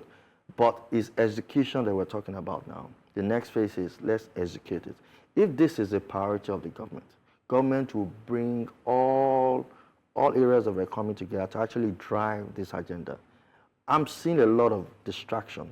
I'm seeing distraction because where health is supposed to be, we are not there. We are not there. And as long as we continue to pay lip service to healthcare, providing healthcare, access to healthcare, then we're going to drive, we need to stay behind in terms of productivity. That's the way it is. We're talking about federal level. Let's come to state level and the role they play as well in terms of health insurance schemes. And we understand that Lagos State has their own insurance scheme as well. And of course, it is crucial in terms of extending healthcare coverage for all Nigerians. But what steps can states take to strengthen their health insurance programs and ensure effective implementation, which was one of the points that you made earlier? Yes, I think the states have done well. There's a law that actually supports states establishing their own state health insurance schemes. And also there's support from federal government from the Basic Healthcare Fund, which is 50% of the 1% of the consolidated revenue of the government. So 1% of the budget goes to healthcare, and they split into two. 50% goes to the Primary Healthcare Development Agency to drive primary healthcare, and 50% goes to Basic Healthcare Provision Fund, which actually 50% goes to health insurance. and that is shared among the states. And this is based on condition. You set up your state health insurance scheme, you run a scheme and all that, and you meet certain criteria, you get that money every month. So that has encouraged a lot of states to set up their agencies, and they are running their own social health insurance scheme. So what I'm proposing is that there must be synergy, there must be cooperation between the private sector and the government. We have private health insurance, HMOs running their private scheme. For there to be universal health coverage, there must be everybody come together, let's drive this agenda. Not everybody can afford private health insurance. The law already says that social health insurance is mandatory, while private health insurance is now complementary or supplementary. If you're going to make everybody buy social health insurance, the truth about it is that social health insurance might not provide or address the needs of every Nigerian. So what it means is that they're going to be taxed twice. They'll pay for social health insurance, they also go and buy private health insurance. I'm advocating that law, that area should be looked at so that it should be either or. You should have a form of health insurance, whether it's private or it's social. So that's the way it is, so that you can encourage more people to come. And also they have other things actually competing for that money. Because we're talking about inflation, our cost of things have gone up. People are even struggling to buy food at the moment. And you now have to force them to buy two health insurance. I wanted to jump on something you said. You mentioned the private sector, rather. I get a bit tongue-tied here. Yeah. You mentioned the private sector and the contributions that they make. But if the private sector is driven by profit, exactly how can they make these contributions to this system, this legislation? Could it be free from them? Okay, so the way it works is that the private health insurance actually, in a way, contribute. They pay regulatory fees. They pay regulatory fees to the National Health Insurance Authority. So they're actually paying, they're contributing something. Their regulatory fees currently is 1%. And the law is saying it will increase to 4%, which is actually very astronomical, given the economic situation and the challenges private health insurance are facing at the moment. Most are not even profitable because of the challenges and the cost of healthcare. Now they are contributing something to the NHIA. This money can be used as part of the money that will be used to support the vulnerable group fund. So you've noted that. Yes. But I was faced with the instance of having to pay insurance for my family recently, and the private insurance, by the way, and it is astronomical. So what's going on here? Yeah, where was last year? Yes. It's a 100% increase this year. Yes. Inflation, cost of drugs, consumables have gone up because everything is driven by Forex, is driven by the dollar. Most of the drugs that are used in Nigeria, let me come down to basic drugs. The common or the commonest condition treated in all hospitals is malaria. Are you aware that most anti-malaria drugs are not made in Nigeria?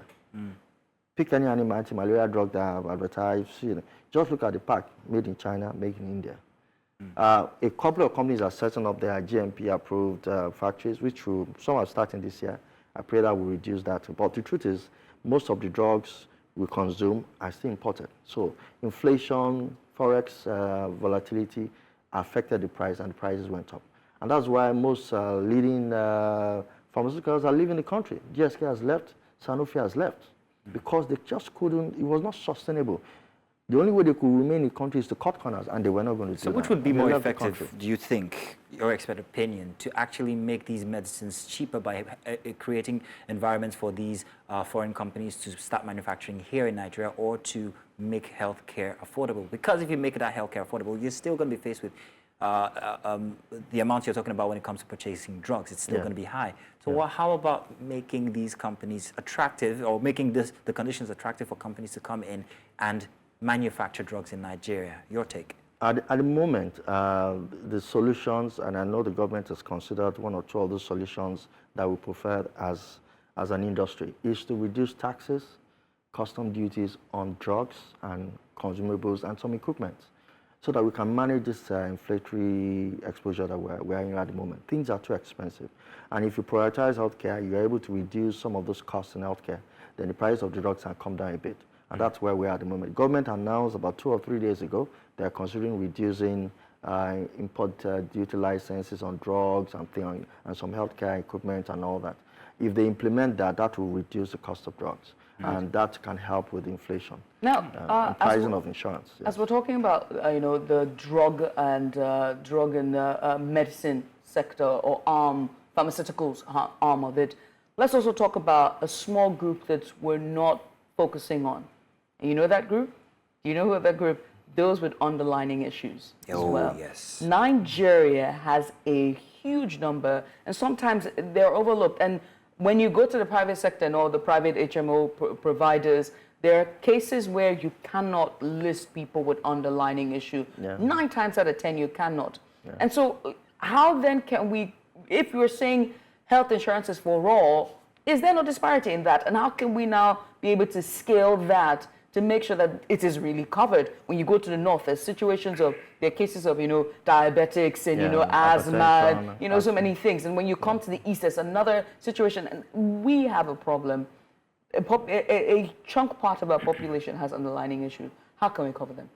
The cost of providing medical care for chronic medical diseases, which represent most of the pre-existing conditions in insurance, is very enormous. And the truth about it is that it's not only in Nigeria, it's everywhere. And the only way to bring down that cost is to ensure that coverage is increased, because the way insurance works is that it's about risk. So if you're able to spread the risk over a larger population of people, the cost, the premiums will come down. The challenge we're having right now is that the pool is still small.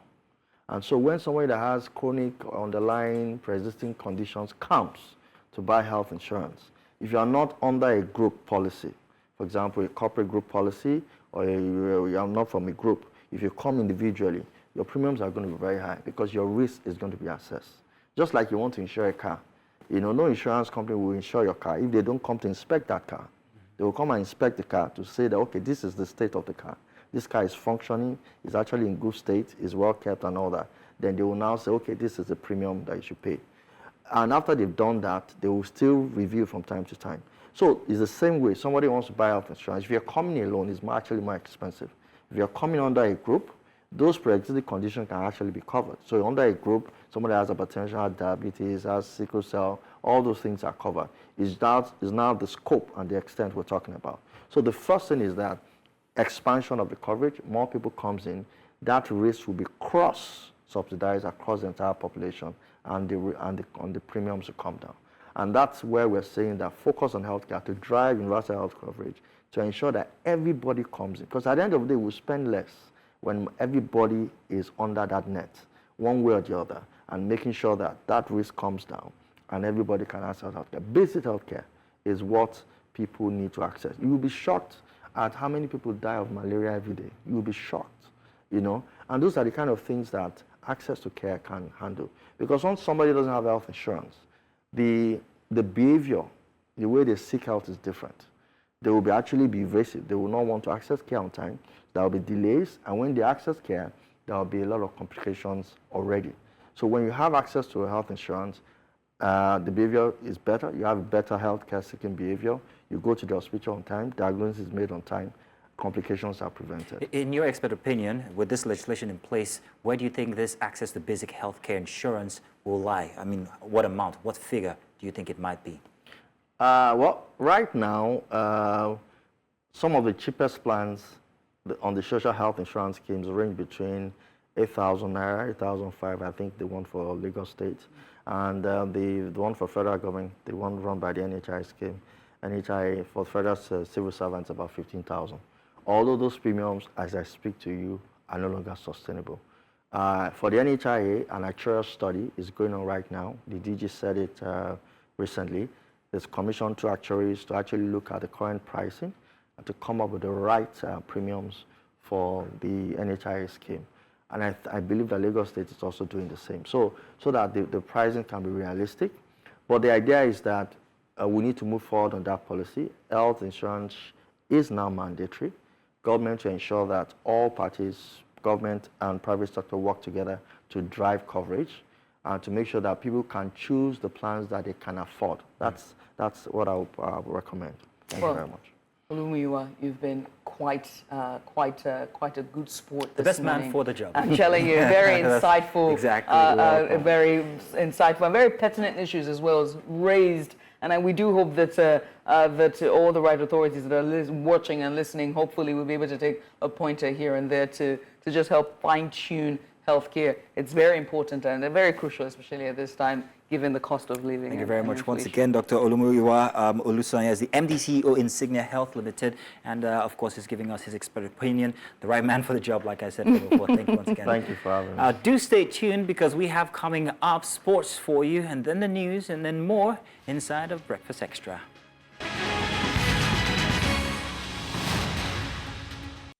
Welcome back. You're still watching Breakfast Extra. Time to take you to the world of sports. The Super Eagles is still in the conversation as they gear up for that 2026 World Cup qualifiers. They are set to depart Uyo today to Abidjan ahead of their matchday 4 encounter of the 2026 World Cup qualifiers against the Cheetahs of Benin Republic. The team played out a 1-1 draw against the Bafana Bafana of South Africa at the Godswill Akpabio International Stadium in Uyo on Friday. Coach Finidi George remains confident ahead of the game against Benin Republic, which will be played on Monday. The result means that Nigeria placed 5th in the Group C table of 6 teams after 3 matches in the 10-match competition. Super Eagles media officer Promise Efoge, speaking earlier, stated that the team will depart Nigeria on Sunday ahead of that Benin Republic clash to be played in Abidjan in Ivory Coast, also providing injury updates in camp.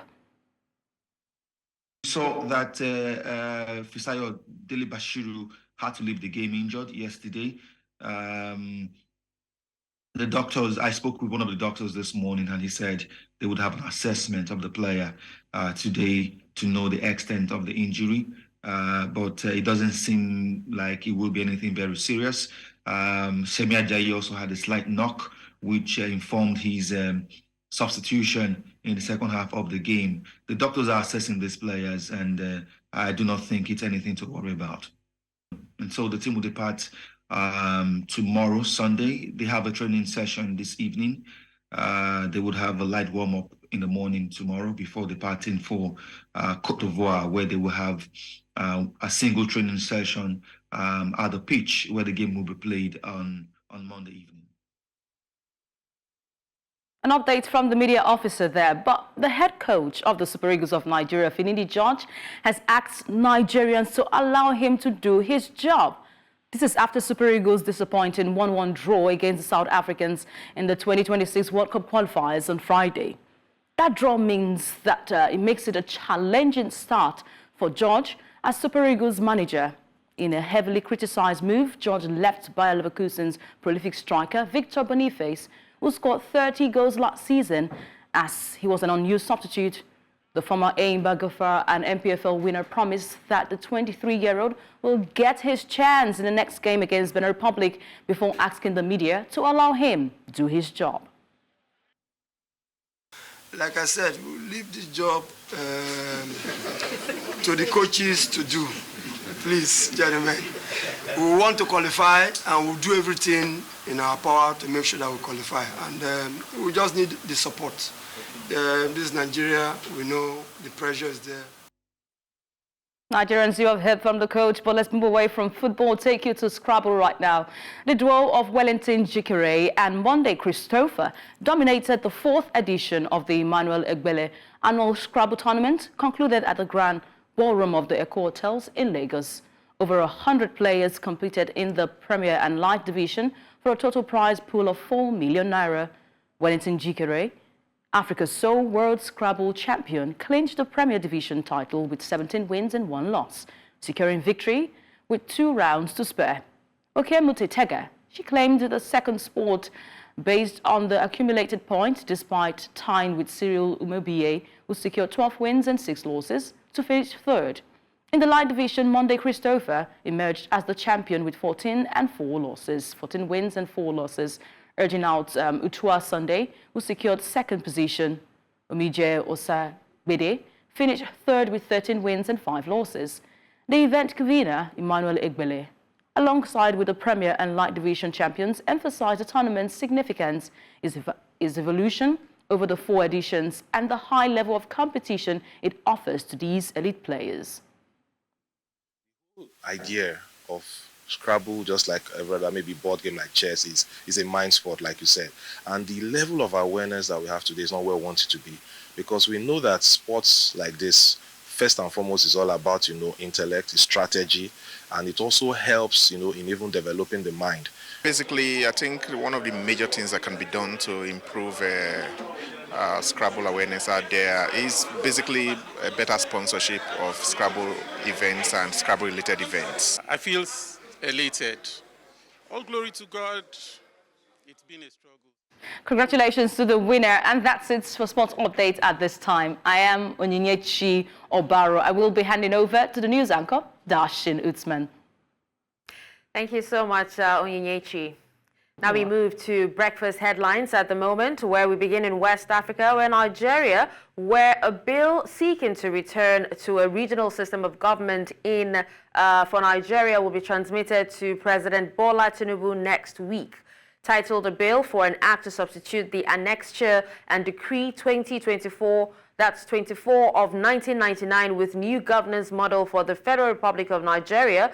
The bill seeks, among others, new extant laws to be cited as the Constitution of the Federal Republic of Nigeria, New Governance Model for Nigeria Act 2024.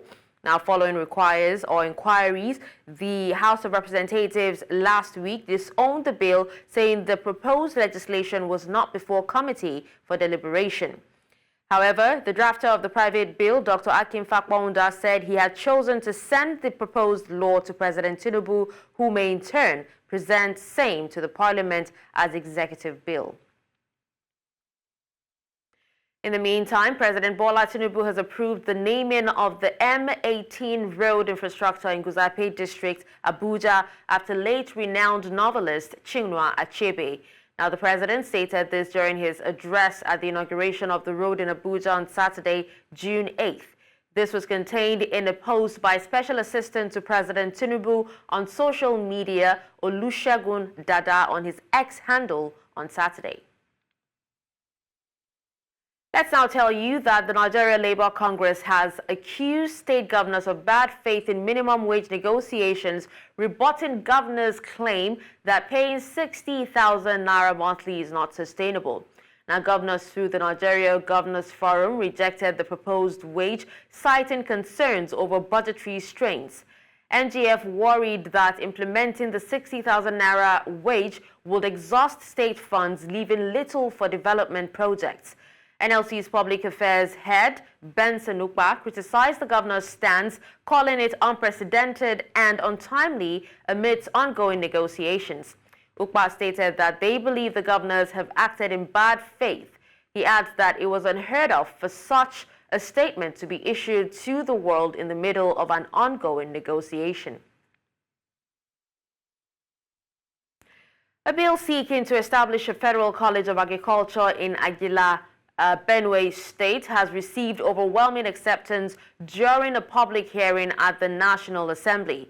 Now, the public hearing, which attracted stakeholders from various sectors, including education, agriculture, and government, saw widespread support for the bill. Speakers praised the initiative, highlighting the potential of the college to address the nation's agricultural challenges.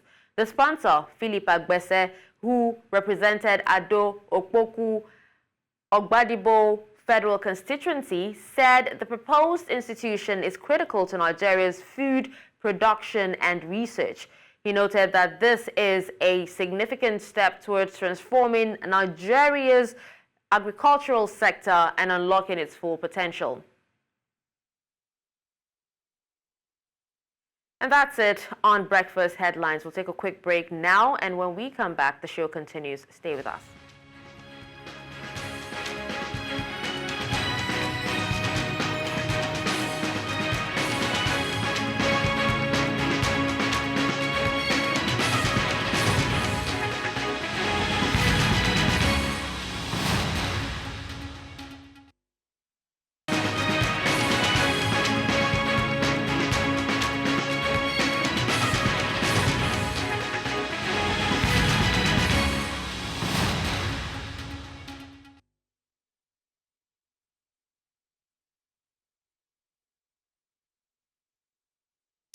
And now we turn our focus onto a pressing issue in Nigeria, building collapses. In the past year, Lagos State alone has witnessed several tragic building collapses resulting in loss of lives and properties. Now, this alarming trend underscores the urgent need for stronger regulations and enforcement to prevent such disasters. Now, in the last year alone, Lagos State has recorded numerous building collapses, including the tragic incident in Lagos Island, where a 4-story building came crashing down, and the recent mosque collapse in Mushin, which claimed the lives of 3 worshippers, including a 12-year-old boy. Now, these incidents highlight severe lapses in building standards, enforcement, and maintenance. And so to help us understand the underlying issues and possible solutions, we're joined by 2 experts. First, we have Babatunji Adegoke. He's the Technical Secretary of the Nigerian Society of Engineers, and he joins us live in the studio. Welcome. Thank you. And also to add more perspectives from a developer's point of view, we have Dr. Oluwatosin Olatujoye. He's the Group CEO, Zelios Group International. Again, welcome. And welcome, gentlemen. Thank you. I'm going to get started with you. Thank you so much for coming on. Let me get started with you, Babatunji. Building collapses have been, they've become alarmingly frequent in Lagos. I mean, for the last 1 month now. Can you explain the primary causes of these incidences that we're seeing? Yeah, thanks for having me. When we talk about building collapse, it's difficult to pinpoint the cause to a particular, to a particular reason. There are several causes that can cause building collapse. We've seen an incident where a religious organization claimed that the collapse of their building was as a result of a natural occurrence. So that's one cause. It could also be that the designs are defective. That rarely happens because I believe that professionals are thorough and they do their jobs to the best of their ability. It could be as a result of materials that does not meet the required standards and specifications. It can also be as a result of poor workmanship. So those are the primary causes, although there could be some other causes as well. I'd like to talk to Dr. Olatujoye, please. So, Doctor, from a developer's point of view, what are the common challenges faced in adhering to building regulations and ensuring structural integrity?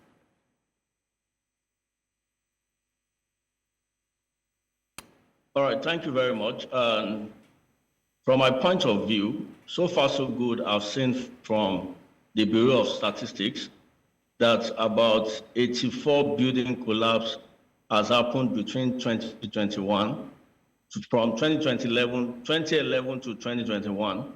And the cost of this is not practically identified because, when a building collapses, it's very hard to know exactly what has happened.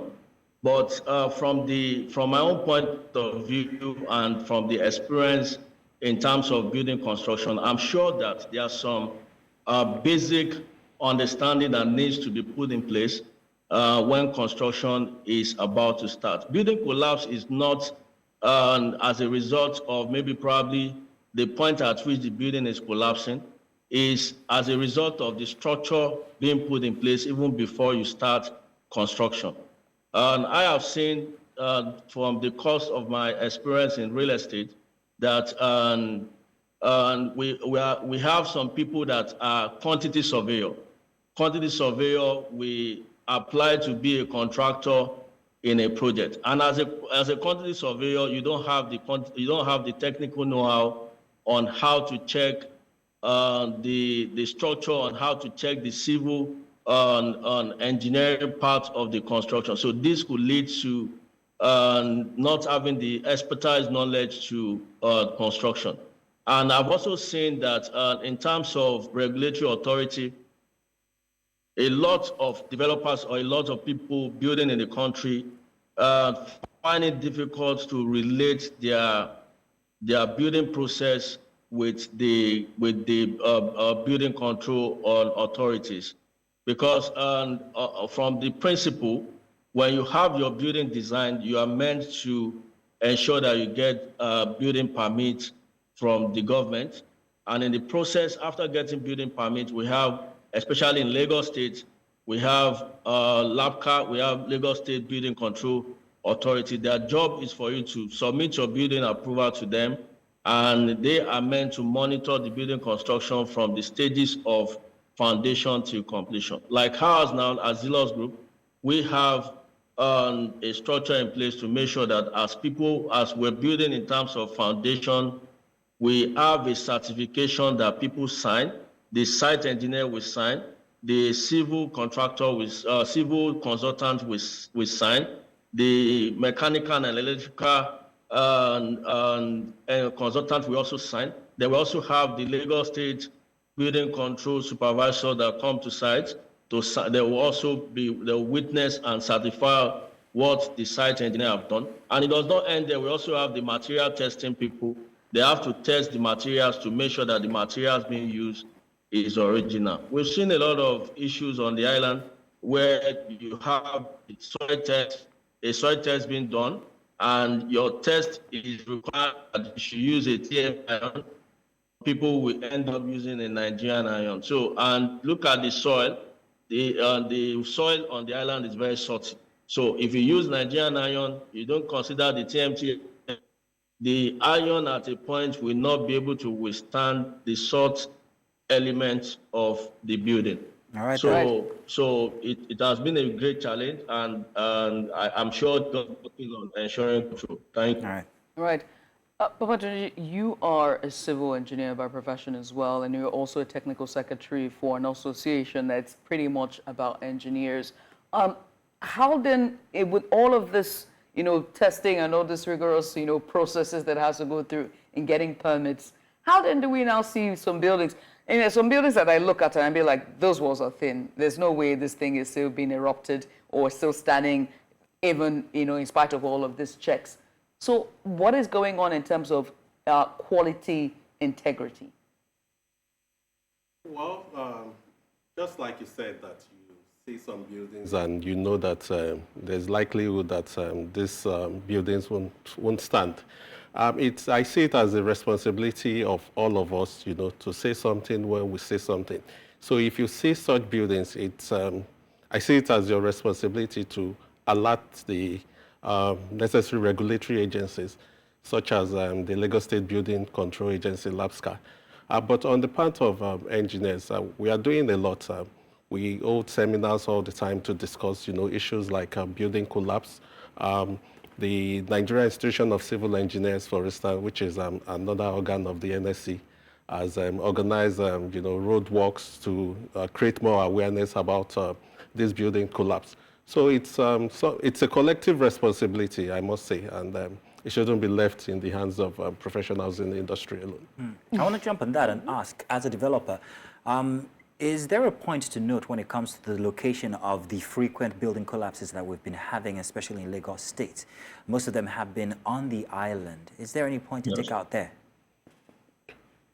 Oh, well, maybe it's because a lot of developments are going on the island more than any other part of Lagos. So, developers are concentrated, they are concentrated on the island. It's possible because that's where they get a quick returns for their investment. So it's possible that...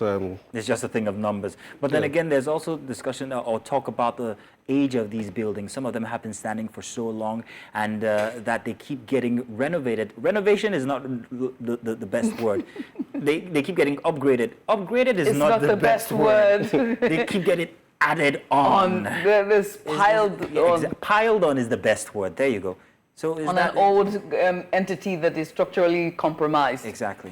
Yeah, if the existing structure is compromised and there's no proper design to add additional structures, then it's not right for anybody to add those the additional floors on them. So, but it doesn't actually mean that more floors cannot be added on the building, in as much as the structural engineers are certified that the necessary foundation, the necessary structural elements have been designed and they'll be put in place. Then the building can stand and other floors can be added. Yeah. Let me come to you, Dr. Olatunjoye, and then ask you about this question, right? You are a developer, and I have my qualms with Nigerian real estate developers as well as landlords as well. And you know what my qualm is greed, okay?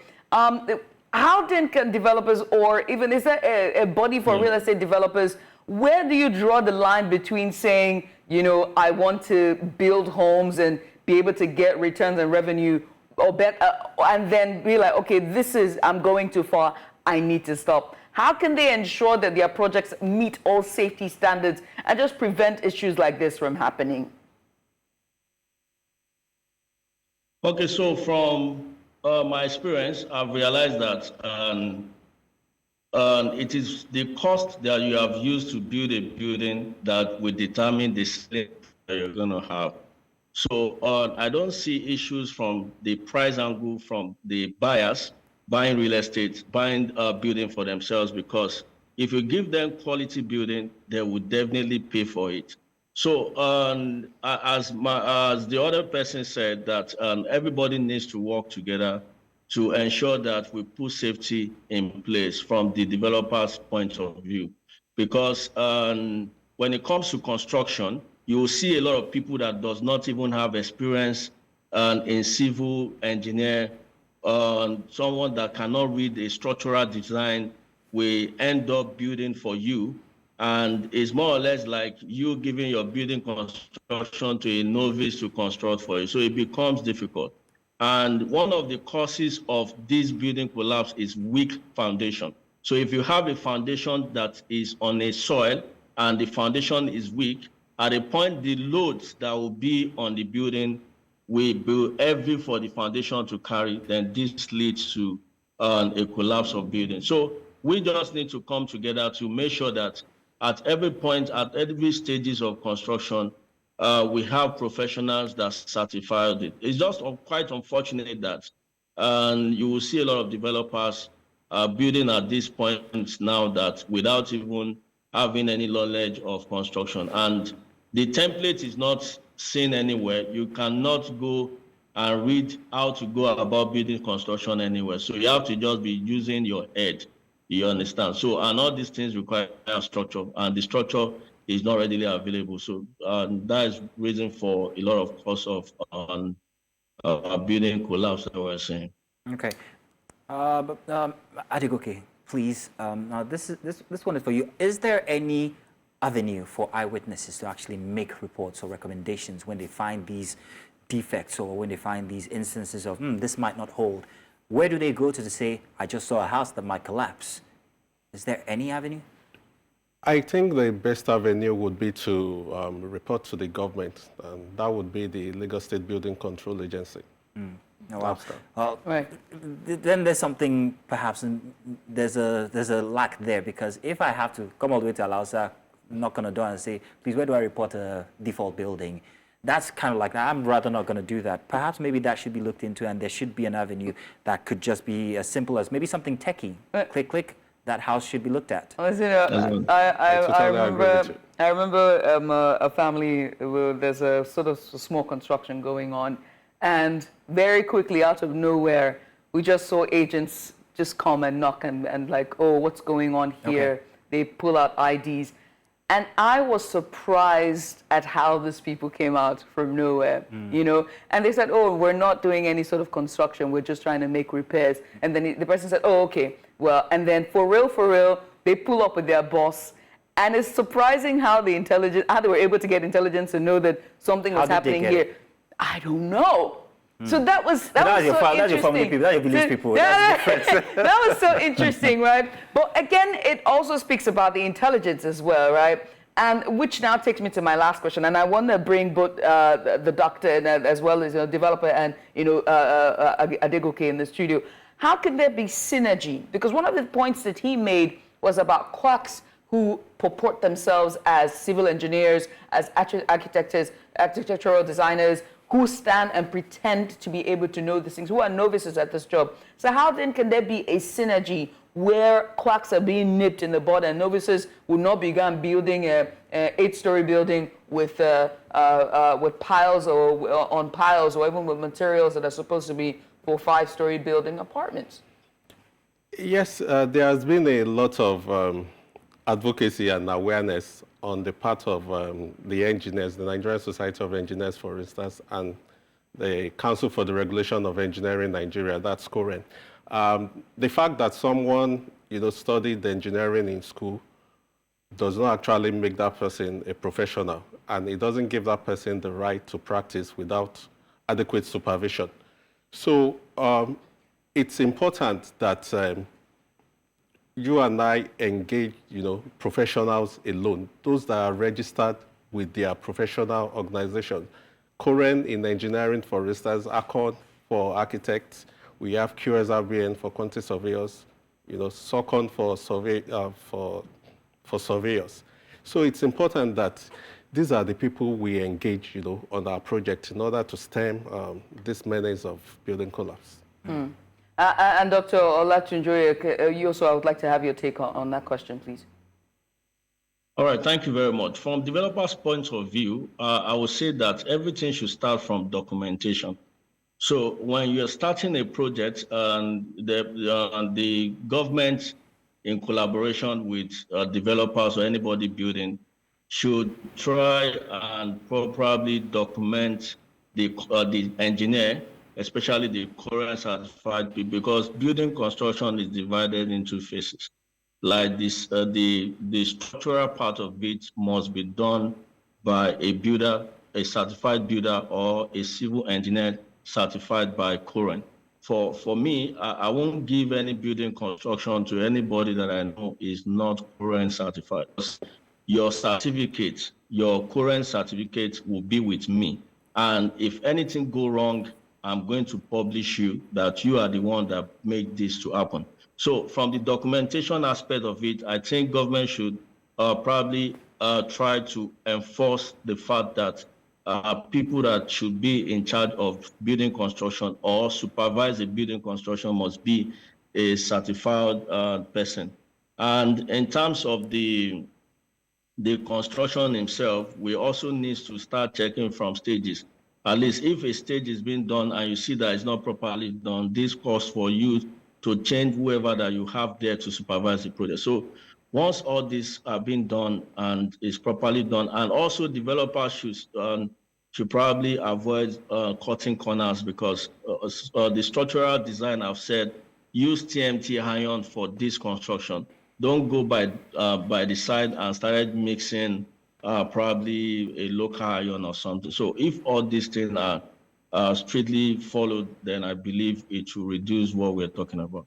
Thank you.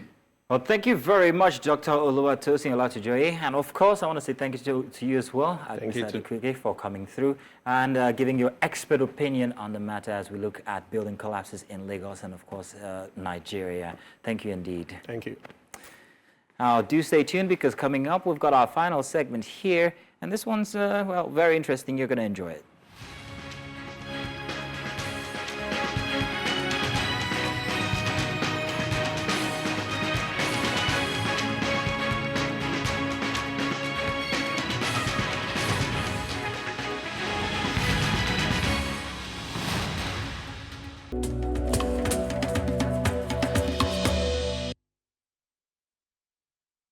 On today's Focus Africa, we dig deeper into the cocoa market crisis that has seen prices soar to unprecedented heights amid disease outbreaks and destructive weather. Now, this has caused a bit of concern for Africa, especially West Africa as well. For the first time, cocoa prices have broken the $10,000 per ton barrel, causing ripples throughout the global market in March. Now, cocoa prices surged to over $10,000 per ton in New York, driven by expectations of a significant shortage. Now, this is largely due to severe weather conditions and disease outbreaks in key cocoa-producing countries like Ghana and Côte d'Ivoire.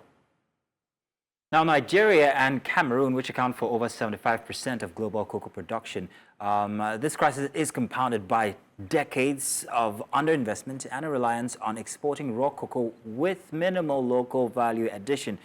Now, to help us understand the implications of this crisis, we have joining us this morning, just a second there. Yes, we are expecting Fifi Bufo, Head Public Affairs, Cocoa Board, And also joining us is Obed Owusu, convener, Ghana Civil Society Cocoa Platform. He'll be sharing some of the broader social and economic implications of the issue. Also, Isaac Kofi Agay, analyst SBM Intelligence, who will be sharing some crucial market analysis on the matter. Thank you for joining us, gentlemen. Thanks for having us. Thank you for having us. So, Isaac, our first question comes to you. What are the main factors driving the dramatic increase that we see in cocoa prices? Well, so you just said it right there. There are weather conditions and the fact that, some underlying factors are causing cocoa yields in countries like Ghana and Ivory Coast, which account for more than 65% of the global cocoa production. But in Ghana, which I'll focus a bit on, has a peculiar situation which you can't find in Ivory Coast, possibly in Nigeria or even in Cameroon. And that has to do with illegal mining. And illegal mining is really having a toll on the expected cocoa yields of production in Ghana. So aside from the fact that diseases and bad weather conditions affecting cocoa yields in most of the producing countries, Ghana, which accounts for more than 13% of the world cocoa production, has a peculiar challenge. And that has to do with illegal mining, where in Ghana it is called galamsey, where illegal miners are now acquiring cocoa farms and are actually flooding cocoa farms with contaminated water, and it's making it difficult for farmers to continue with producing cocoa in Ghana. So Ghana has a peculiar challenge, unlike what we may see in Ivory Coast, Nigeria, or even Cameroon. And let me come to you, Obed, for my next question. Now, Isaac just mentioned quite a number of challenges there, from mining to the weather conditions, also to water, contaminated water. Giving your CSR or your CSO, your civic society, as well as and its work with local communities. How are local communities how are they responding to the current challenges in the cocoa sector? Thank you very much for having me. And I do agree with Kofi's assessment of the problems.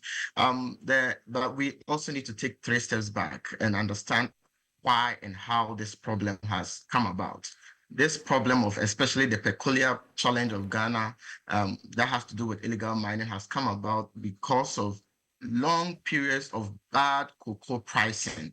And so because of that, communities and farmers that we work with, and I'm sorry and I'm sad to say that some of the farmers that we used to work with, we are unable to work with them anymore because they have sold their cocoa farms to illegal miners. The challenge has been compounded by the weather and also because of diseases that have also affected most of the farms, especially in the western and western north regions of Ghana. And so yes, the communities are struggling, cocoa production is going down, but ultimately it has got to do with long periods of bad cocoa pricing on the international market. Yes, you did mention that the price has skyrocketed. Yes, it just took just about 4 or 5 months for it to move from $3,600 to around $10,000. But before then, there were a lot of, consistent years of bad price, and that has led to communities moving to convert their farms to mining site, converting it to rubber, and in some cases just abandoning their farms altogether. So those are some of the problems. It's not like the communities want to convert, but because of consistent bad pricing, they have had to survive. Cocoa is their livelihood, and if they are unable to make a livelihood out of the cocoa, then they are forced to move away from cocoa. That is where the problem actually started from, the consistent bad pricing on the international market for a long time. Now, Isaac, it's not the first time we're seeing these kinds of fluctuations, even if this is the highest one so far. But how does it compare to other instances of market fluctuation, and exactly how will this affect the global cocoa chain? Well, certainly countries that are doing raw production and exporting the beans in raw quantity are not really benefiting from this, if I should put it, good price of somewhere $10,000 dollars per ton, which has dropped significantly to now around between $7,000 and $8,000 dollars. This is the reason. The reason is that if you look at countries like Ghana and Ivory Coast, and even in Nigeria and Cameroon, which we all produce cocoa. In Ghana, for instance, we do what we call forward sales. And so, just like you said, this is not the first time we are seeing cocoa price rising to that high. But whenever prices are rising, the countries that usually do the production do not benefit because they do what we call the forward sales. So in Ghana, for instance, we do forward sales of about 60% of the cocoa production in Ghana, where we use that beans to secure the cocoa syndicated loan, which usually is beyond $1 billion every year. But because of the diseases, the fact that galamsey or illegal mining activities is really affecting cocoa production in Ghana, and even smuggling, which last year took away some 150,000 tons of cocoa from Ghana. All of this, if it put together, puts the country in a very tight situation and is not able to take advantage of the good markets or the prevailing markets where cocoa prices are now high. Now, with the next, season, which is the 2024-2025 season, Cocoa Board is hoping to get somewhere around $1.5 billion from the cocoa syndicated loan. But the question is, will they be able to get the needed beans to do the financing assurance that, look, investors, we have this amount of cocoa, and if you're able to give us this amount of money, we will be able to produce this. Ghana finds itself in a very tight corner. And I mean, prices have been fluctuating, and this is not the first time we are having such a high price. But farmers do not really get the benefits, and even the country itself doesn't really get the benefits. For the first quarter of this year, we've seen a very significant drop in the export revenue of cocoa for Ghana. Very, very significant, somewhere more than $500 million, and that's significant. All right, so I've been made aware that we have Fifi Bafo. He's joined us in from Ghana. Fifi is the head of public affairs, Cocoa Board. Fifi, you're welcome. Thank you for joining us. Thank you. Question for you now. Is there any significant point to note when it comes to the fact that we're exporting, Ghana is exporting these beans raw and have no means of, or very little means of actually manufacturing or processing them? Well, it is not entirely the case that Ghana is exporting just beans. Indeed, Ghana exports beans to cocoa processing companies outside the country. But it's interesting to note that despite the perception out there that we do not in any way process our cocoa, the latest figures we have is that over 40% of the cocoa produced in Ghana is processed here before it is exported. Indeed, it's important to also make the point that, yes, the processing we do is not to the tertiary level, but at least some level of processing takes place here in Ghana. I'm referring to processing to the level of liquor, butter, and cake. So yes, some processing happens here in Ghana, but it is not to the level where you process them to the chocolate. Yes, we do some chocolate locally, but the market largely is not within Africa. The market largely is not within Ghana. And the countries that consume the chocolates, they do have these big multinationals that have set up to process cocoa. So mostly you have the cocoa ending up in those markets. Right. Now, Fifi, many thanks again for joining us. You are the head of public relations there for Cocoa Board, which is the Ghanaian board when it comes to cocoa farmers and everything that concerns the crop. So for the board, what steps are they taking to combat the challenges that's posed by climate change and disease outbreaks and this every other factors that our analyst here mentioned earlier? Well, we are very much concerned about the issues of climate change because its impact on the industry is very significant. Indeed, this year, if you look at the numbers in terms of production, our numbers are not what we expected it to be as a result of the El Nino effect. But then you can also sense that the climate change effect is also being felt. In terms of climate change, the plan going forward is to improve farmer productivity by the introduction of irrigation. because we believe that the severe harmattan that we experience with irrigation, we can better protect the crop, and then we can also help with the productivity of the farm. So that is being happened. But in terms of diseases that affect the industry, I think the biggest challenge has been the swollen shoot virus disease. With the swollen shoot virus disease, which has devastated close to 600,000 hectares of our cocoa farms, that is being treated. Indeed, if you look at the worst affected or the severely affected region, which hitherto was producing about 1/3 of our production, which is the western north region of Ghana, rehabilitation of those farms are ongoing. Indeed, next month, the expectation is that we'll hand over some of the farms that have been affected by the cocoa swollen shoot virus disease. What we're doing with the rehabilitation program is that we cut and block. So the block we cut to ensure that we do not allow the spread to continue. We block it from that end from continuing to the other parts of the country where the farms have not been affected. And so far, several thousands of farms have been rehabilitated, and we'll actually be handing over some of them to the farmers for them to continue producing cocoa from these newly rehabilitated farms. Okay. The good thing with these farms is that these farms have seedlings that have a better capacity of standing against the diseases that affect these farms. So yes, that is also being done. Okay. Well, thank you very much, Fifi, before Head of Public Affairs, Cocoa Board, and Obed Owusu.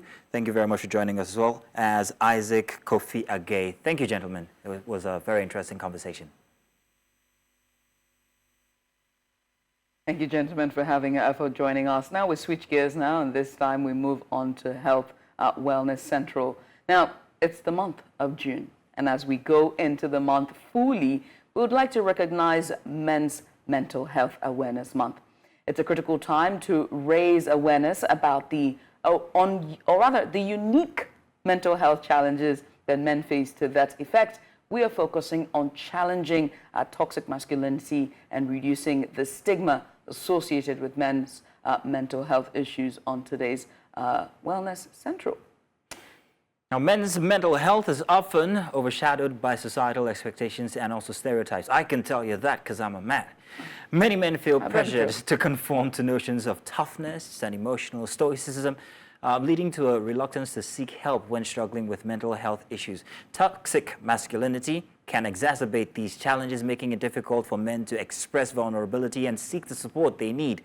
Today, we aim to break down these barriers and encourage men to prioritize their mental health. And joining us is clinical psychologist, mental health advisor, Dr. Olumide Okeowo. You are welcome. So good to have you here. Thank you. It's a pleasure being here. It's wonderful to have you join us, by the way. So, Doctor, first off, let's ask why it's very important for men to actually unburden themselves when it comes to their mental state. Well, so I like to start like this. So the topic talks about, toxic masculinity. Kept coming up. Yeah, yes. So basically what that suggests is that, there is this cultural, race, ethnicity, whatever in that climb that, puts the man in a kind of box that suggests that, you can't do certain things. You can't show emotions. You can't, be yourself. There's a common phrase that you hear, men don't cry. That's not true, because men do cry. Men should cry because the emotions, everything is wrapped up in the emotions. And the thing is, because it's not your physical health, you don't see it. So the more you put in over time, it becomes a problem, because after a while you might not be able to express yourself, and then it becomes, a mental health challenge that, when was the last time you cried? I'll say maybe about a week ago. Oh, good. Yes. Sounds about right. How about let's throw it to you, Mazino. When was the last time you cried? So our next question, which takes me to my next question. Mazino, running away from that. Yeah, which takes me to the next question about men and feelings and emotions. I tell people that I've encountered more men than men have encountered women, if that makes any sense. You know what I mean? Okay. And so with that, I've seen that their inability to sit with their emotions, if you get what I mean, to be able to sit and say, okay, why am I feeling this way? And sort of ask themselves through a question and go through the emotions and just sit with it. Why is that? Why can't men sit with their emotions and even their feelings? Okay, so that's where I started from. Mm-hmm. So that's the idea that society, culture, says that, oh, you cannot show your emotions. You are the man. So you are not supposed to give away your vulnerability in any situation. But that works against how, your internal mechanism work, which is the place where, it's different from the physical. So if you have malaria, for instance, you would have physical symptoms like, oh, your body temperature is going up, you might have headaches, you might, feel body pains and all of that. You can lay hold of the symptoms, all right? But if you are feeling besides yourself in terms of your emotions, you see that because there is something within your mental ability, the neurochemicals within the brain are destabilized. So it can give off a lot of different emotions, some feeling low mood, sadness, and all of that. And then you're not able to control it. So in the realm of mental health, we're talking about your cognition, the things you think about, the feelings, and the behavior. So when there's a disruption in those three areas over a significant period of time, then, there's a breakdown in the mental wellness of an individual. So when culture says to a man that don't cry, meanwhile is going through a lot of pain based on maybe he's lost his job, some is facing maybe financial difficulties, is having health challenges, maybe. He's facing a heartbreak. How about that? That's a Muslim. Oh, yes, heartbreak. So, so speaking about that, it reminds me of a friend of mine in secondary school, in high school, that, faced a heartbreak. Mm-hmm. He didn't go to school for 2 weeks. I'm sure he's listening. So we're talking maybe about a year ago, and I reminded him. He said, "Oh, you remember?" I said, "Yes, I remember." So that's an example. He couldn't go to school for 2 weeks. Wow. What are the effects of keeping these emotions, this toxic masculinity? What does it physically do to a man? Well, it can break you down. It can lower your productivity. For instance, in the work environment, you see that, oh, this man is a high flyer. All of a sudden, he begins to make mistakes on the job. Maybe, he's not concentrating properly. He's not able to do the things he usually will do very well. He's struggling with it. And so HR probably will say, he's underperforming. But if you check, because I've been in that kind of situation where in my other life, I'd done HR work before.